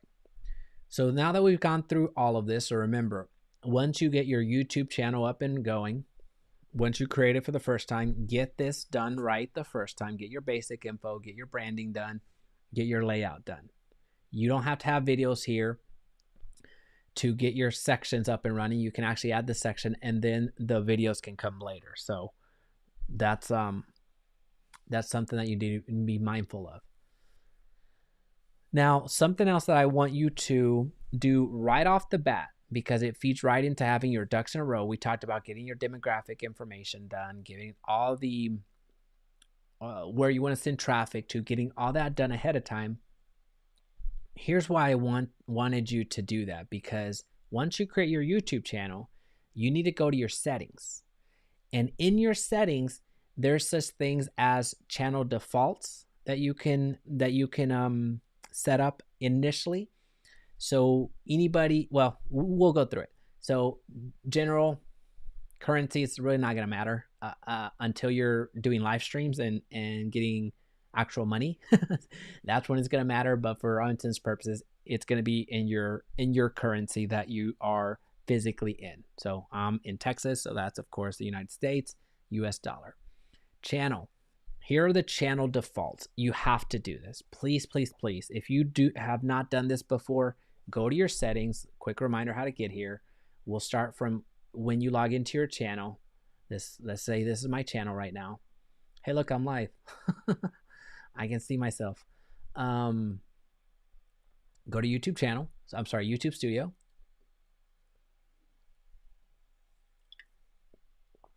Go over here on those settings. And what you're doing is you're saving yourself a lot of time and you're improving your channel. So here, go ahead and select your country of residence and put in the keywords that are important to you, that actually make sense for the content that you're going to be creating. So we already talked about the goals of who you're trying to reach, where you're trying to reach them. So if we're talking about Dallas real estate, then you see the keywords that I was trying to rank for at that time.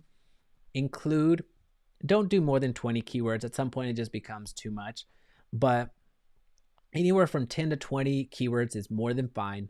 So just put in some keywords that matter to you. So what I like to do now is I like to put Jaime Resendiz, Dallas real estate agent. So I would be one, Jaime Resendiz, Realtor, Jaime Resendiz, DFW agent. And I'll give you some little hacks. The reason that, I already did that there. But anyway, I'll X out of these because this channel doesn't mean much to me right now. Top real estate agent, top realtor. So those are pretty cool, right? So I'd put top real estate agent in Dallas. Best real estate agent in Dallas. Now, keywords, these aren't going to show anywhere outside of right here. People would actually see them. People can actually see the keywords that you put, which is fine. But these are just keywords to the channel. It's almost like coding on the back end. So don't worry too much about anybody seeing them. Just know that people can actually see them. Advanced settings. It's too much to go into COPPA or COPA, however you want to say it, the Children's Online Privacy Protection Act. Just know that you most likely are not creating content made for kids. So you can have a setting on your YouTube channel. So when your video defaults go up, when you upload a video and your defaults pop up, it's automatically selected. No, set this channel as not made for kids. Never upload content that's made for kids. So the content that you're making is not targeted at kids. Now, is it kid friendly? Yes, most likely. But this is where a lot of agents get confused. This isn't saying, hey, can a kid watch this? That's not what it's asking. if this, what it's asking here is, are you making content specifically targeted at kids? This means, are you making toy reviews? Are you making content like animations for, are you doing like are you doing something that you're targeting specifically that you know kids are going to watch? That's what it's asking for. So you, if you're a real estate agent and the content that you're making, most likely aren't doing any of that, right? So no, that's the correct setting to put there. They're going to connect your Google Ads account. That's another story we don't need to cover right now, but I would recommend that you connect your ads account very, very quickly so you can start advertising in the future through Google Ads and YouTube ads. But that's beyond the scope of our video today. Make sure that you enable the features that you have access to immediately. So this is where you would go to enable them. And most of them will require just a authentication. So here, like videos over 15 minutes, you can't upload that video until you have another sparkling water. Don't think that I'm drinking on the job. Features that require phone verification. So to have upload videos that are longer than 15 minutes, upload custom thumbnails, do live streaming, and then some other, what is it? I don't even know what that is. Oh yeah, appealing content ID claims. So if somebody does a copyright claim on you, in order to get these features, you have to verify your phone number. So if you have a video that's longer than 15 minutes, or if you want to create a custom thumbnail, which all of you should, you have to verify your phone. So they're trying to limit the bots that are uploading here. Upload defaults. This is going to save you so much money. I'm sorry. Yeah, money and time. Mostly time and money. So title, don't do anything with title because every title is going to be different. For every video, it's going to be different. Prefer description. So you can upload everything that you want in your description as far as the basic information in your description. So you can do that here to where when you upload a video, the default already has it in your description. So going back to when I asked you to have your ducks in a row, like your contact information, having your everything that you want, the people that you wanted, the links that you wanted to feature and drive traffic to, all of that could already be in your description whenever you upload. And then your visibility, I would recommend that you put it unlisted every single time so you don't run into the mistake of uploading a video and pressing public before it should have gone out. And then you can have basic tags or tags that are going to make sense in all of your YouTube videos, so you don't have to type them in every single time. So you see these basically mirror the channel videos, the channel tags, but this is for every single video that gets uploaded. Advanced settings. If you want to just copy the ones that I have, that's fine. We're not going to spend too much time here. I would say allow automatic chapters when available and eligible. That has to do with timestamps. So you can have timestamps in your videos. If I remember, I'll actually do that in this particular live stream because it's a long one. This will allow people to jump straight to places where this will allow people to see jump straight to topics that you've put chapters on. So basically that you've put timestamps on. Hey, on minute 33, I start talking about X, Y, and Z. Video language, I actually should have changed that. Man, it's been a while since I've been on this one. English, caption certification, none is fine. Title, nothing. Hold inappropriate, cool, save. Let me go back to settings. So what we were doing was uploading the upload default. So whenever you upload a video, this is going to show up all the time. Permissions. When you go to manage permissions, you can invite people to collaborate. So you can invite people to manage your channel, to be editors in your channel, to help you manage your channel. So you would just click on manage permissions. It would ask you to verify your login, and then it would request for the email of the user that you're trying to add to your account. So that way you can upload, or so some of your assistants can upload, or if you are in a partnership, the other partner can see it and upload and do whatever they need to do. But there's one primary owner. Whoever creates the channel is the owner. once you invite somebody, you can add them to be a manager. But when you add them to be a manager, they are not the owner. You have to wait like, I think 7 days before you can make that other person actual primary owner and remove yourself from the ownership role. As your channel starts growing, you're going to start seeing a lot of this. So you're going to start blocking certain words. So if somebody is being a little bit mean, or you just don't want certain words to be shown, you can block them. You can hide certain users. So when you hide users, that means that if somebody is continuing to troll you and says comment after comment, and you just want them gone, you can hide that user. So you could say, well, I'll show you the hidden user, how to do the hidden users, but this is where you would go to find them. Approved users, so people can become moderators for you, like over here on moderators, and all that. And basically it's somebody else to help manage your community. That's what ends up happening. We already selected that, hold inappropriate. And then agreements, there's not gonna be any agreements until you become a partner, and then you sign off that, hey, I want to be a partner, and I promise not to screw things up. Let's go to comment section. So here, I promised you that I would show you how to hide people or how to do all that fun stuff. So let's just say I don't like this comment, although I do, obviously. I could remove it if I wanted to. I could report it if I wanted to. So I could hit report, and then it would ask me, hey, what are you trying to report it for? Child abuse, pornography, unwanted spam, promotes terror, whatever you want to categorize it. Obviously, I'm not going to report the comment, but there's where you would go to report that.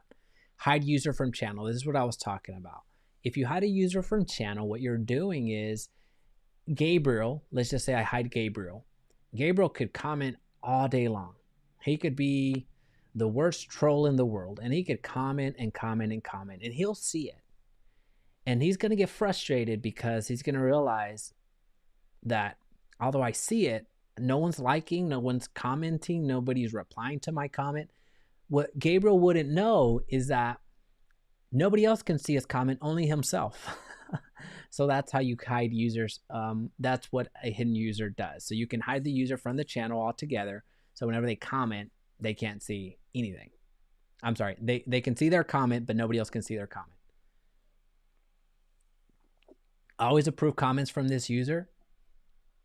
If you want to if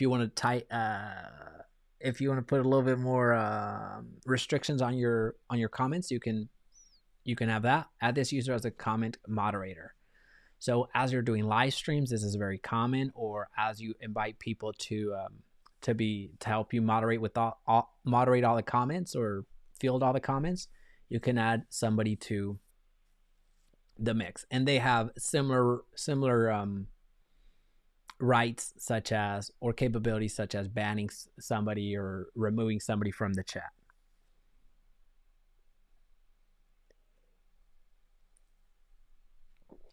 Alrighty, how are we doing? Any questions? How are we doing? I know I told you it was going to be a long one. We're going for it. What we've looked at quite a few things, but let me know in the comment section down below. Also, a like is going to go a long way. This is really for you. Again, the goal is to give you as much as I possibly can in the time that we have together. You don't need to go and buy a course. You don't need to go and spend $1,000, $2,000 buying a course.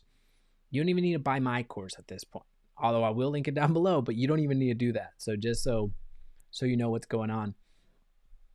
Let's talk about disclaimers. All right, so comment down below for those of you that are watching. Comment down below, where are you listening from? So where are you tuning in from today? Disclaimers. We already talked about one. We talked about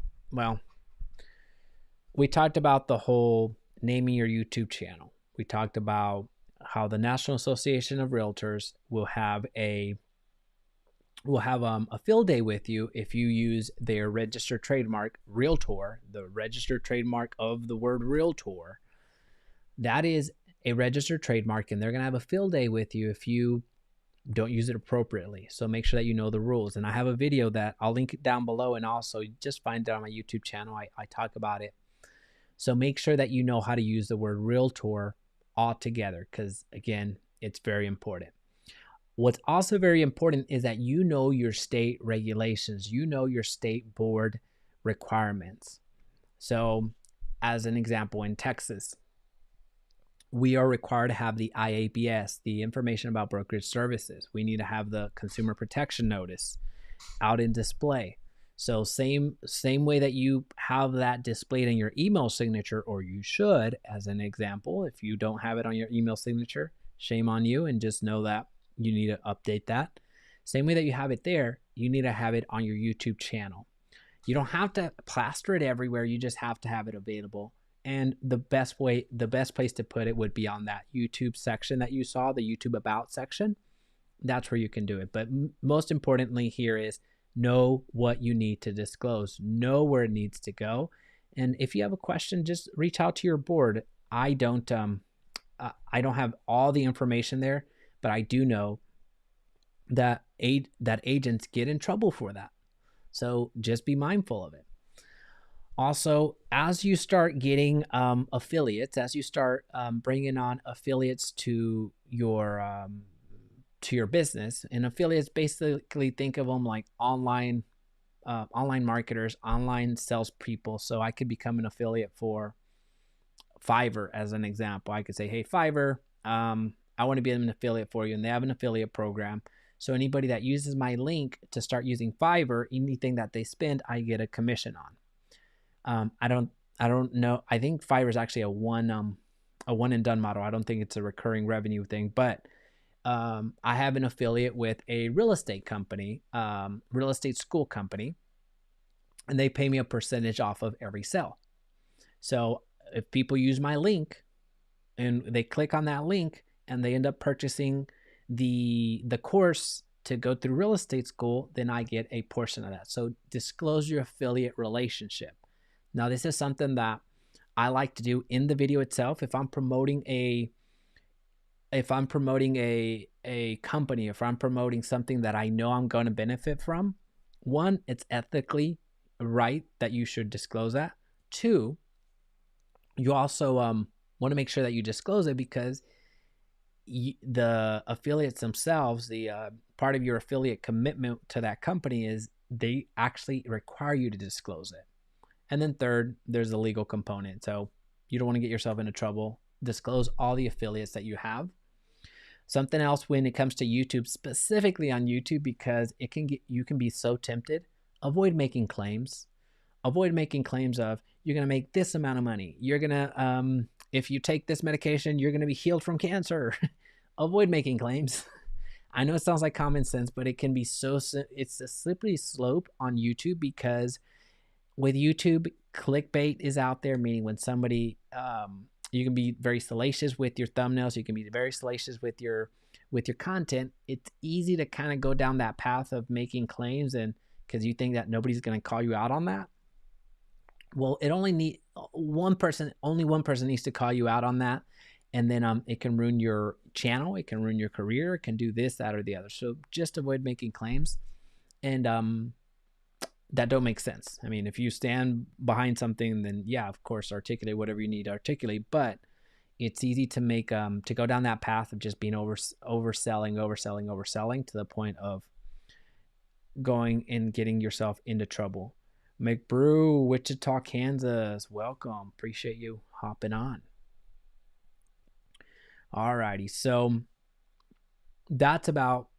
we just talked about making claims. Now, something else we need to be mindful of, especially in YouTube, and some of you that are exploring YouTube for the first time, we must be resourceful. Really, in our business, we must be resourceful. If you don't see yourself ever editing to the level that you want to get to, outsource it. It's going to cost $20, $30, $40, $50, $100, whatever ends up costing, because there's different price points for the type of video that you're making. Let's call it $40. Whatever ends up costing you, if you recognize and really you should recognize in yourself that you can't get to a certain level of editing, if you will, by yourself or on your own, then outsourcing it makes sense. So just being resourceful. There's plenty of people that have absolutely mastered the thumbnail game, so the design game, that have mastered the editing game, so I can actually make stellar edited videos for you. Allow them to do that. Be resourceful. You don't have to be the master of everything. All right, so let's talk about something else real quick. Let's talk about the type of traffic, because this is something that you really need to understand. Let's go to this video real quick. All right, so what I've done is, well, let's go back to the beginning. This is a dashboard. This is where you're going to start off. You're going to go to the content, and let's go in. I want to see the video, this video, what does a $200,000 new home look like?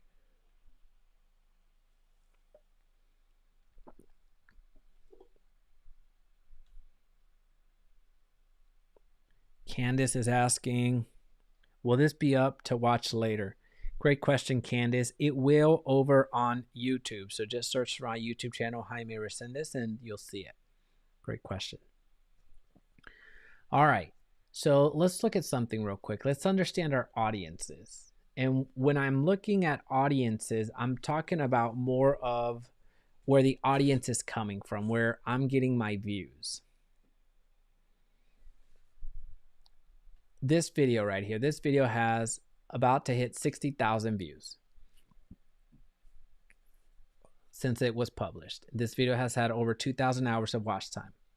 This video has pulled in a third of my subscribers. You saw that this is about to hit 1,000 subscribers on the YouTube channel. This is amounting for a third of it. And I guarantee you that the other one's going to amount to probably a fourth of it. This one right here. Oh, another third. So these two videos, so 341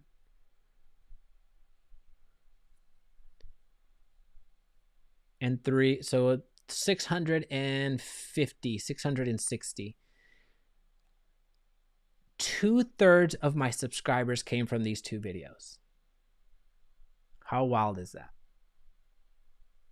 And this video, folks, I know this says 5 minutes and 2 seconds, but this took me about 5 minutes and 30 seconds to make. You can watch it at your own time, but basically it's me just getting out of my car, going in, and then just showing the home. That's all it was. And so now it has over 60,000, or has about 60,000 views. Once it gets monetized, if I decide to push this channel over the edge and get it monetized, it'll probably bring in a couple $100 every month, which is fine. Let me rephrase that. It is amazing. I shouldn't discredit that. It is amazing. It's a huge blessing. It's incredible, but it's certainly not going to retire me. However, with that being said, what I wanted to show you was the analytics part before I got distracted over here. There's several traffic sources that are going to bring you the actual views. So here's what we're looking at. YouTube search. YouTube search is when somebody types into YouTube, houses for 200K as an example. And you see my video. So somebody types in houses for 200K, you see that video shows up, right? That if I were to click on this video, you're not going to see it here, but if I were to click on that video, it would register as a YouTube search traffic. Suggested videos. Suggested videos are those that if I were to click on this video, and then what you see around here, these are suggested.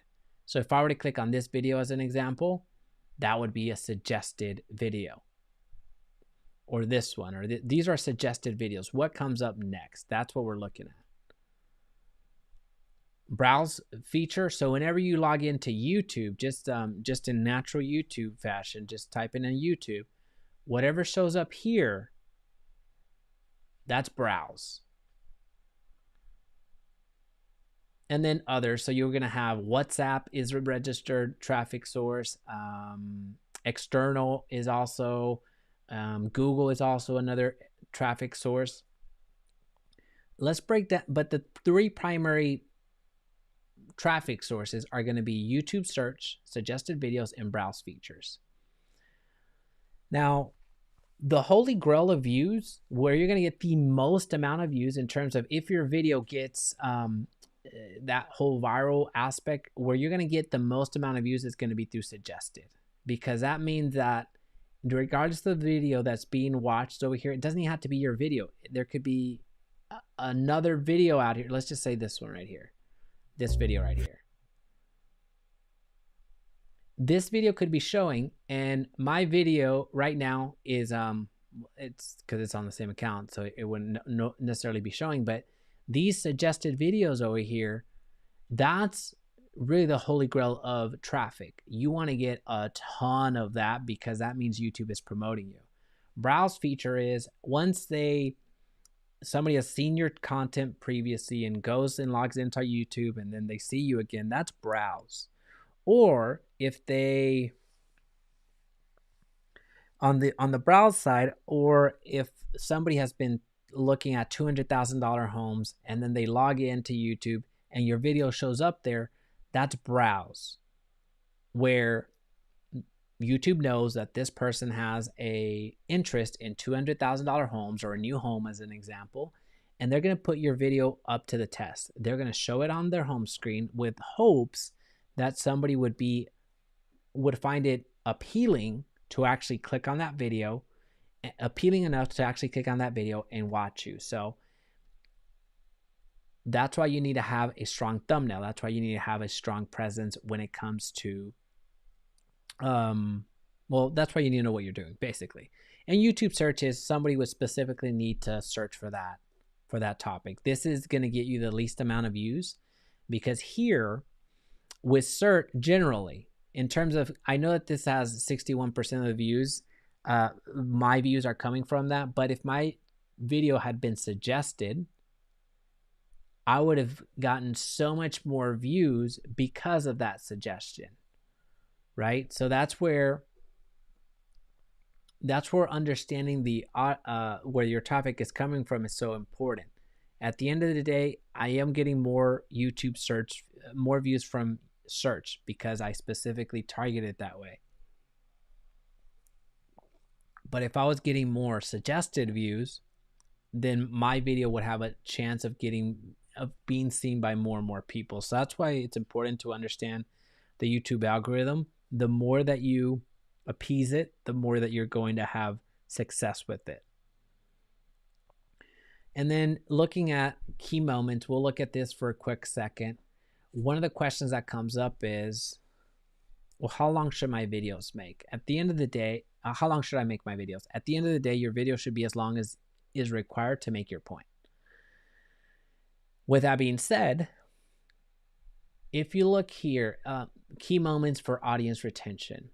An average percentage view watch time of 40% is about average. Where you really want to be in terms of what's the average percentage that's viewed, like how much, how long are people staying? Where you really want to be is 50, 60, 70 if you can manage it. If you can get this number to a 60%, a 70%, you're making excellent videos.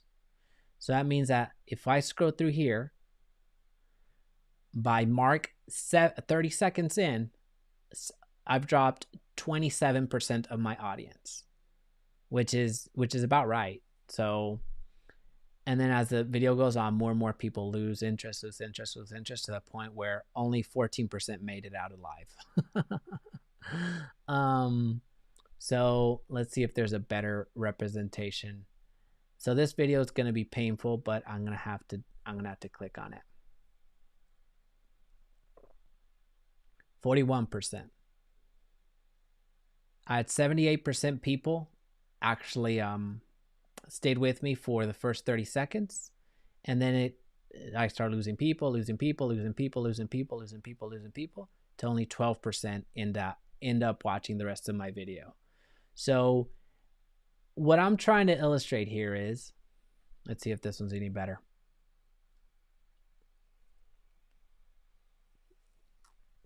This was much better. Since this is a listicle video, and when I mean listicle video is basically a list. So I talked about the top 10 places, best places to live. Well, people generally want to see what number 1 is. So after 30 seconds, I had 74% retention. And then people started dropping. And then you see an uptick. Well, why would that be? Well, the reason being is because people actually fast forwarded to that point. People wanted to fast forward to the end. They wanted to see, hey, what is the number 1? So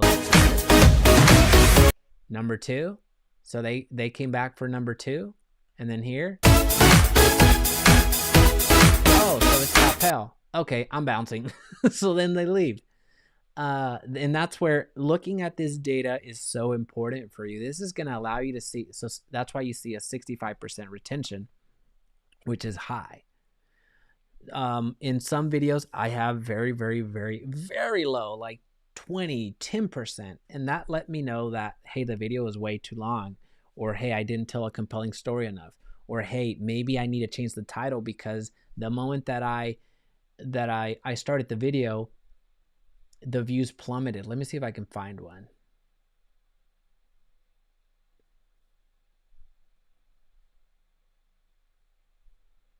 All right, here it is. So this video, after 30 seconds, 60% of the people stayed. So I'm not going to play it because I'm pretty embarrassed of it, but this was the first video that I ever had sent out to be edited. Is the very first video that I would consider a higher quality video, but looking at it now, it's still pretty crappy. And that's okay. Everyone starts somewhere. I start introducing myself. I do some visuals. I ask people to subscribe. I'm boring people. People hate me. Nobody wants to subscribe. They hate my life. Anyway, so you see a drastic drop off. Now, what that let me know, or what should let me know, is that there's some incongruency between what the title is, what people are expecting, and what they're getting.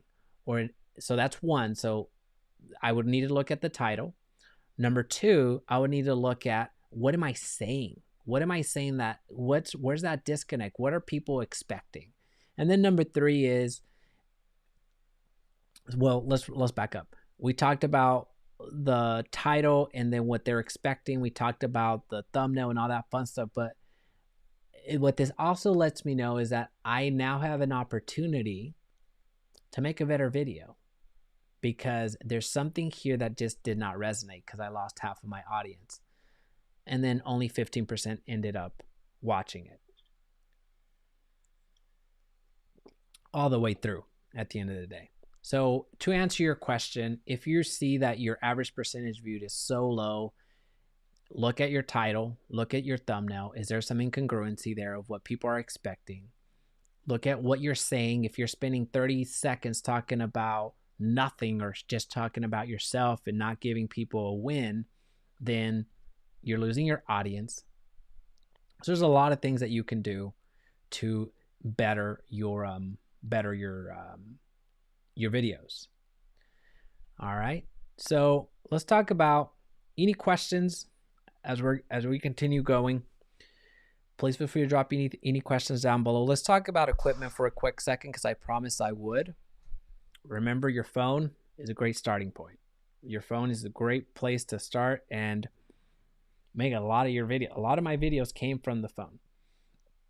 Your next upgrade in terms of where should my next upgrade be? You know, I've made some videos. What do I need to do now? Your next upgrade should be in your audio. So either you have a clip-on audio here, so you can just have what's called a lapel mic that is close to your mouth, so you can speak into it. You connect it to your phone, and you make the video that way. So audio, or if we'll talk about the video upgrades first, but audio is your first improvement. Your next improvement is your lighting. So light right here. Since this is a long video, if I would have been in front of the window and recorded just in the window, if it was towards the end of the night, well, a 2-hour live stream, it would eventually be night by the time I finish the video. So that's why it's important to, yes, it's good to start with, but there are some limitations of taking your phone and putting it, sitting in front of the windowsill and recording a video. That's where lighting really takes over. So your first upgrade should be in your audio, because people will not forgive you if you have terrible audio, but they'll forgive you if you have a little bit of a fuzzy camera there. That'll be okay. It won't be ideal, but if they can hear you, that's going to be the next best thing. So after your audio, you're going into your lighting. So I have different type of lighting here that I'm able to replicate this set every single time, regardless of the day, the time of the day, because everything else is blacked out. So this could be morning, this could be evening, this could be night, this could be wherever, right? So I'm able to replicate that. And then the last investment is actually your video. So you can do, you can use the laptop webcam if you like it, or if you'd like to get an external webcam, you can also do that. You can have a video camera upgrade as well, or you can use a camera to record and make videos to that as well. Now, I'm not going to cover too much about the specific equipment. I will link down a video making program that Osias Boyd created for our group, so you can check that out. He goes into taking shots, in terms of the different shots that you can take out in the wild, so you can have better B-roll, better videos, better visuals. He goes into the equipment, so he talks about shutter speed, he talks about lenses, he talks about the cameras that work, that don't work, he talks about all of that stuff. So he covers it from a video maker's perspective, because he's a phenomenal video maker.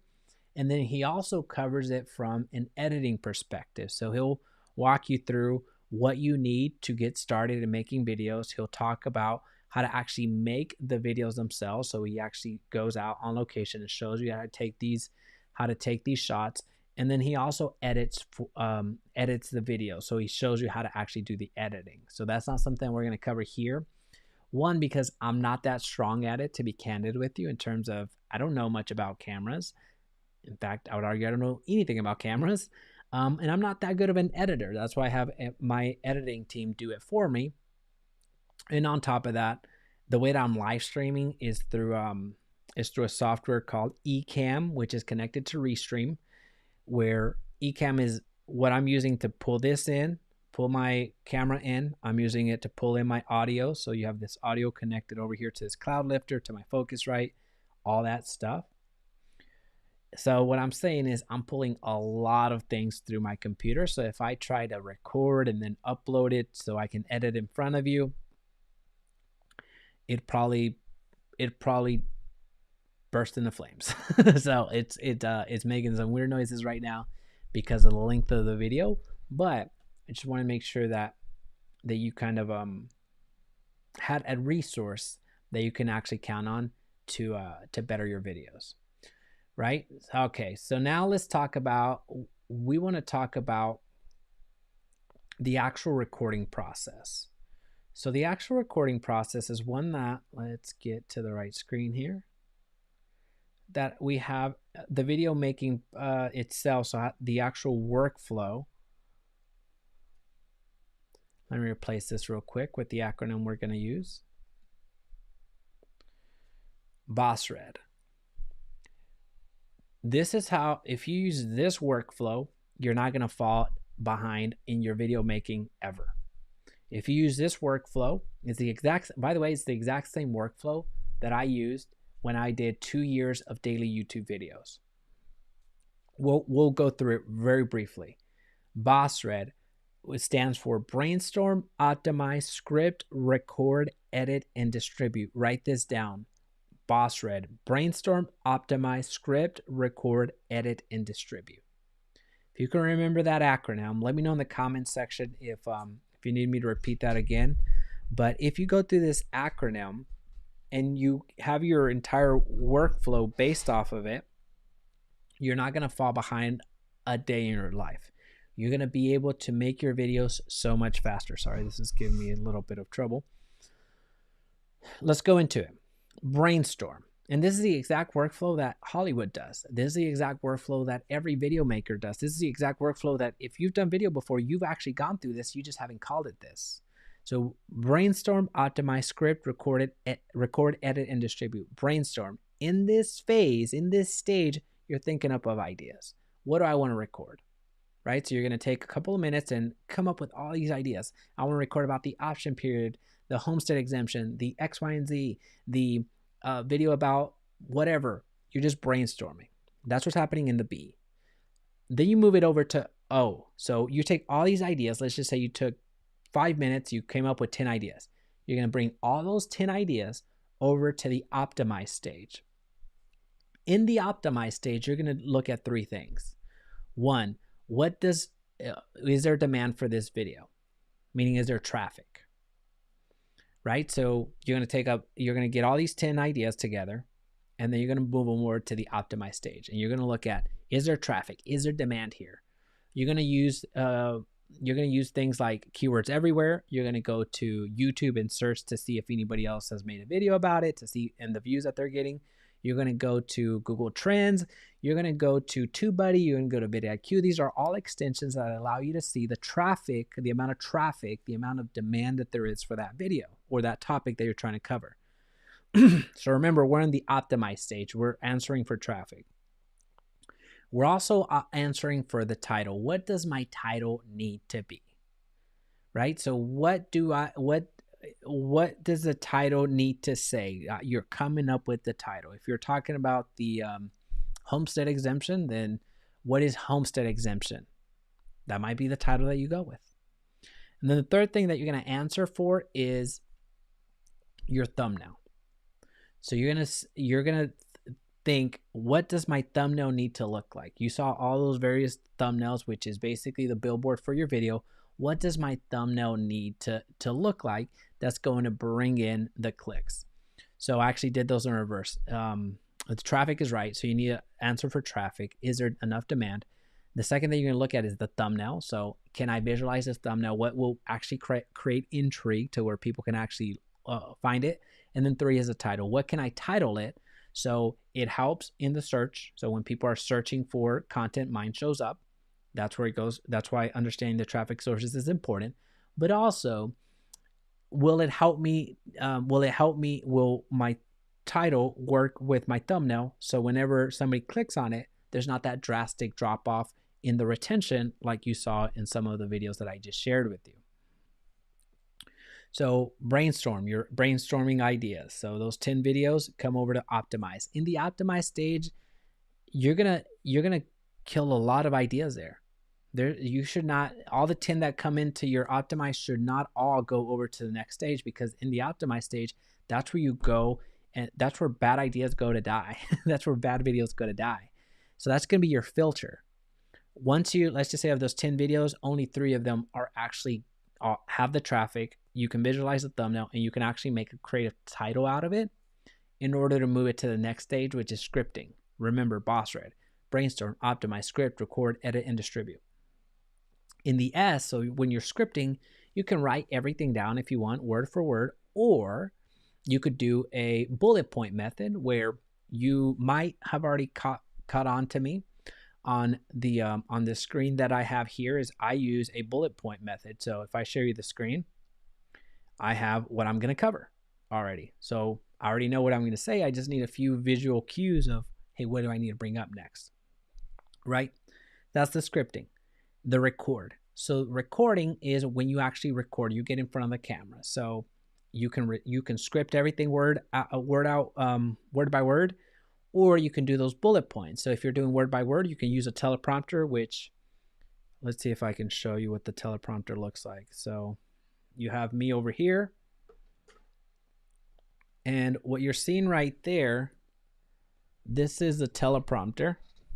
My camera is right in through there. You see a little red light, that's the camera. And I have a little monitor right here, which serves as my actual, well, in combination with my teleprompter. So that is a monitor right there that what I'm saying will actually show up there, or the script will actually show up there, and it'll reflect there on the teleprompter, and I can read everything word by word. Now, you don't have to do it that way.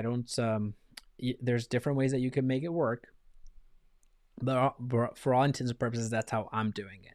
I'm not doing the word by word. I'm just doing a visual cue, and I could very easily bring that down here to my monitor if I want, but I already have so much going on right here that if I did that, it would crater my computer and it would shut down, so I don't want that. All that to say is many different ways to record. The most important thing to understand, though, when you're recording is do it all in one file. If you're doing a talking head video, do it all in one file. Don't screw up. Don't turn off the camera. Don't restart it every time you screw up. If you screw up, whatever, you edit that out in post. You edit that out. All right, so if I were to make a video and if I were to talk about boss red and I were to talk about recording, all right, hey folks, this is exactly what you need to know about recording your next real estate video. And I messed up. I'll reset. Hey folks, this is exactly what you need to know about recording your next real estate video, because it's super important that you know what to say. I would hold it. Good? Cool. What's my next point? Edit. Okay. Because that's going to really help you with the editing once you move forward. Because think about it. If you know what you're going to say, you actually say it, and then you go on and on and on, right? So all that to say is, whether you're doing a read, a line by line read, or doing a bullet point read, if you screw up, just try it again. You don't have to turn off the camera or start another file. You're going to waste so much time if you do that. That's what's super important about the recording part. And it was that one little thing alone that wasn't something I learned by myself. It was actually something that I was taught by a good friend, Trevor Jones, who's got a phenomenal YouTube channel that teaches video for agents as well. So I would go encourage you to check his channel out. He's the one that taught me that. And just do it all in one file. Do it all in one recording. Huge game changer. Now, when it comes to editing, you can edit yourself. I don't recommend that you. I recommend that you learn how to edit, but quickly have somebody else do it for you. That's an investment worth making, because you probably aren't going to get to a level of mastery, and also you're a real estate agent first. Remember, our North Star is getting buyers, getting sellers. That's what we want, right? So when we go into editing mode, it's good to know what to do, right? But at the end of the day, it gets repetitive. At the end of the day, you're not going to be able to master it, as some editors that actually live for this are doing it. So and if you want an editor, somebody that can help you out, then just go to JaimeResendiz.com/VA, and that'll direct you to my preferred editors, or company that I get my editors, my virtual assistants from all that fun stuff. So just go to JaimeResendiz.com/VA, so VA, and it'll redirect you to who you need to speak with. And distributing is uploading the video onto YouTube so you can optimize it and make it work for you. So with that being said, let's see if I can get that video up for us real quick. Let me get this here. So distribute is basically uploading it to YouTube, which is the last stage in how this works.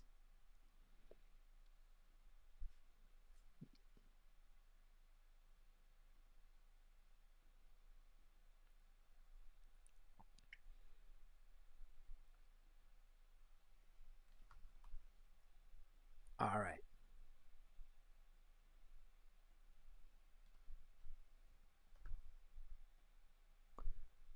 Okay. Now I'm going to show you how to upload.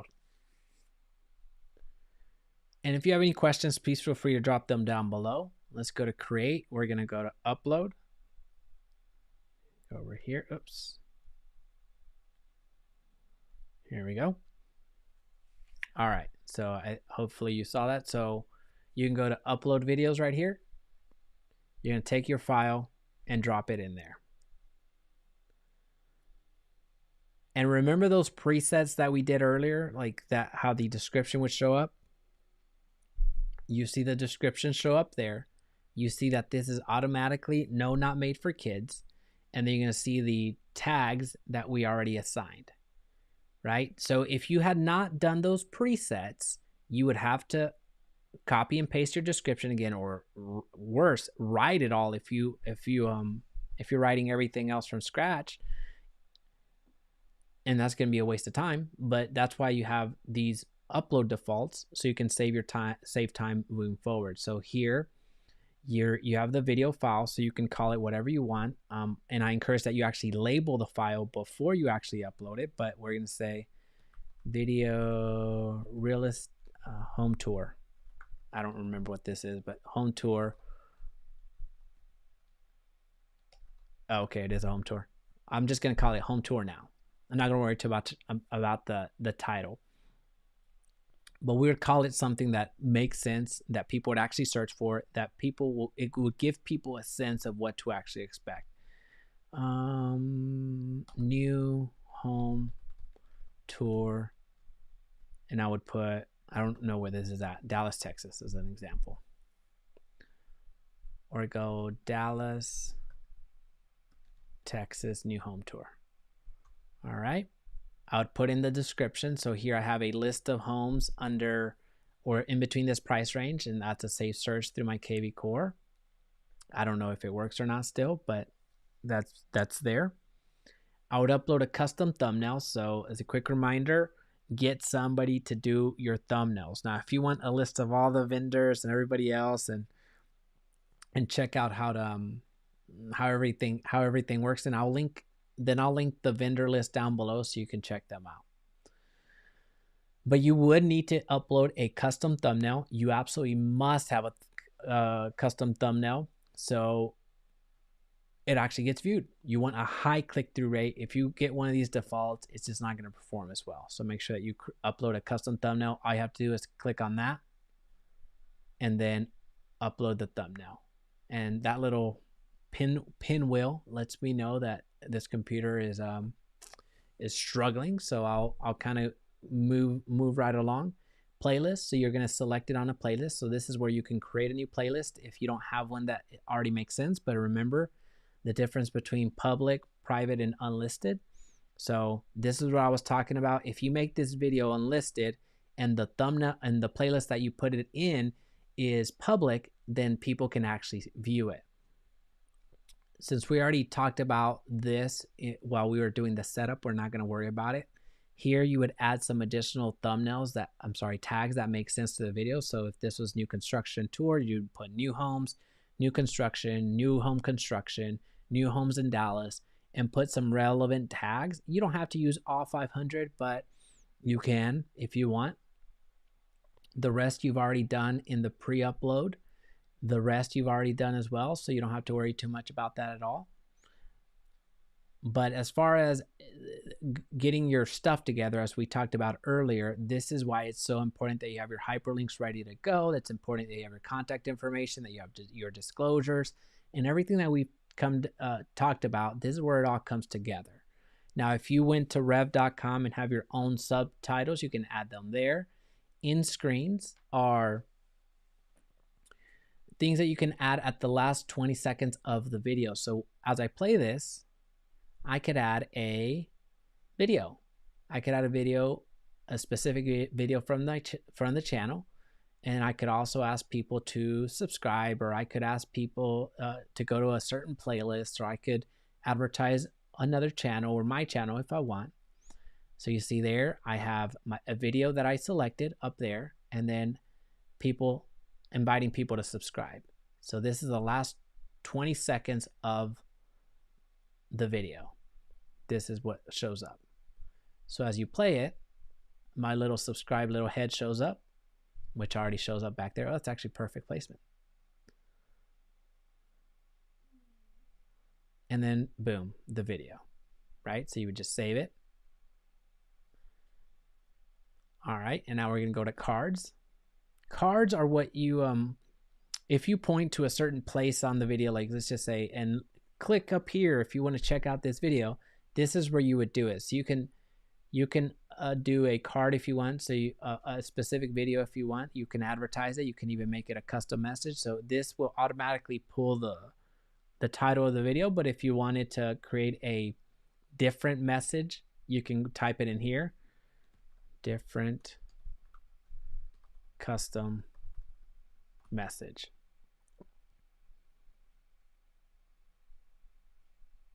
You see different custom message right there, and teaser text. So people can actually hover on it. So teaser text is right there, which will actually show, and when people hit that little I for information, the custom message shows up.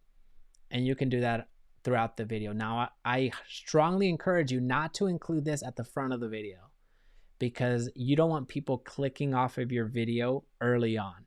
Like later on, after, if it makes sense, if you can ask people to go and check that out later, and make sure that you let them know, hey, go check this out later after the video. That's where in the live stream that you're seeing right now, I encourage you to go down to the description, because I'm not going to add cards after the fact. One, because I always forget to do that, but two, because I'd much rather you go down to the description after the video is done. And now when you go to visibility, you're going to see that you have several options. Private, only people that you choose, you're going to have to input their information in, so they can actually have access to it, which would be their ID or their email. Unlisted is only people with the URL can see it. Public is this would actually show up live. People that have their notifications on would see the notification. So that's where once I hit public and I publish, people that are subscribed to this channel would get the notifications if they have the notification bell on, which would be an opportunity for you to go ahead and subscribe to this channel and turn on the notifications. So whenever I do make videos public, you can see it. But that's why I encourage you to use unlisted as the visibility. Schedule. When you schedule things out, when you schedule things out, you can get ahead of the game. You can schedule this on a certain day at a certain time. So at that certain day, at that certain time, so March 23rd at 9 a.m., this would go live. Now, if I want to set it as a premiere, let me backtrack. If I schedule it here, nobody knows that this video is about to drop until 9 a.m. Central, it actually drops. That's what scheduling means. Now, if I wanted for people to actually see that this video is about to drop, I can set it up as a premiere. So I could set this up as March 23rd, at 9 a.m. Central. So it would show on my channel and people would see that, oh, this video is about to drop. So you get to create that little bit of buzz around your video. So when it actually does come time for 9 a.m. Central, it will actually play as if it was a live. Meaning if you set up a live, if you set it up as premiere, that means that people that are watching it real time. They can't fast forward. They can't watch it 2x speed or anything like that. It's until that video plays all the way through. Then they can watch as a replay. But that's the difference between a premiere. So for our purposes today, I'm going to still leave it as unlisted. And then you can share it if you would choose. And you're going to see it up here now once I refresh.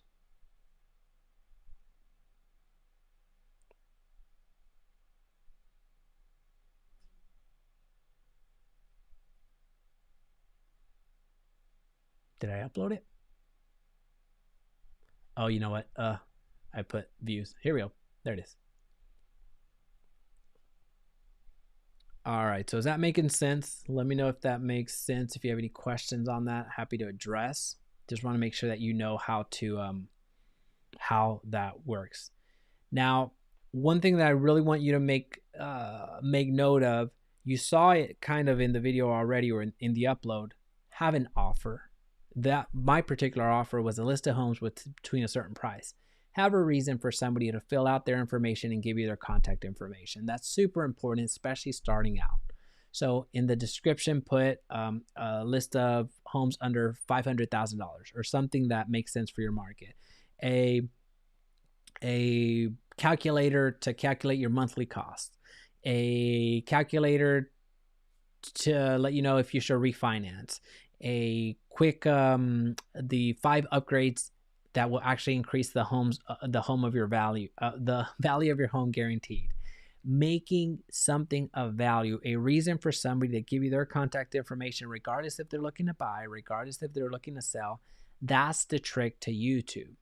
That's something that you as a real estate agent, you need to be very, very cognizant of and be very mindful of, because you're making these videos with the goal of getting leads.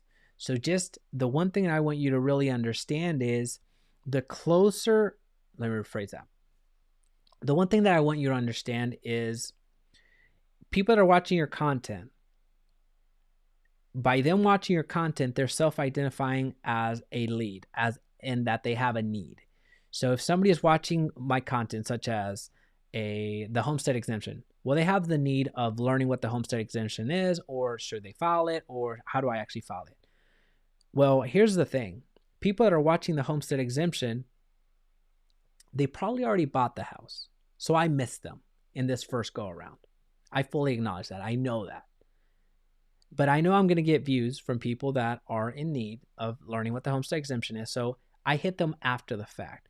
If you really want to get to leads much quicker, you have to go further back in their buying behavior, or in their buyer journey, in their consumer journey. So people that are looking, moving to Dallas, Texas. Should I move to Dallas, Texas? Cost of living in Dallas, Texas. Best neighborhoods in Dallas, Texas. People that are searching for that, chances are that there's a real estate transaction in their future. So by them watching that type of video, by you creating that type of video, they actually find you first. So it's an opportunity for you to actually get them as clients, get them as buyers, right? So don't wait till after they've made the transaction, and don't even wait until they select their real estate agent. If you make a video, 10 signs you're working with the wrong real estate agent, well, that chances are they already have an agent. I'm not saying don't make that video. I actually think that video will work well, but understand that you're speaking to a certain audience that already has that need, or what to do while you're in escrow. Well, when you make that video of what to do with your escrow, well, guess what? They're already in escrow. They already have an agent. They already put something on their contract. So now you're teaching them right before they go to closing. So just recognize who you're speaking to. That goes back to the very beginning of the video that we talked about knowing your audience. So that's really what's going to determine the type of video that you should be making next. Where are they in their consumer journey? Right? So it's something that you absolutely need to know. The moment that you recognize that is the moment that you're going to start winning a lot more on YouTube. It's going to really accelerate your YouTube journey. Folks, it's been absolutely a pleasure. If you have any questions, if you'd like to check out a more comprehensive approach at YouTube, although it's going to be tough, but if you want to learn more about YouTube, then I will have my program down below. Go ahead and check that out. But also, if you have any questions, please feel free to comment down below. Don't forget to hit the subscribe button. YouTube is absolutely a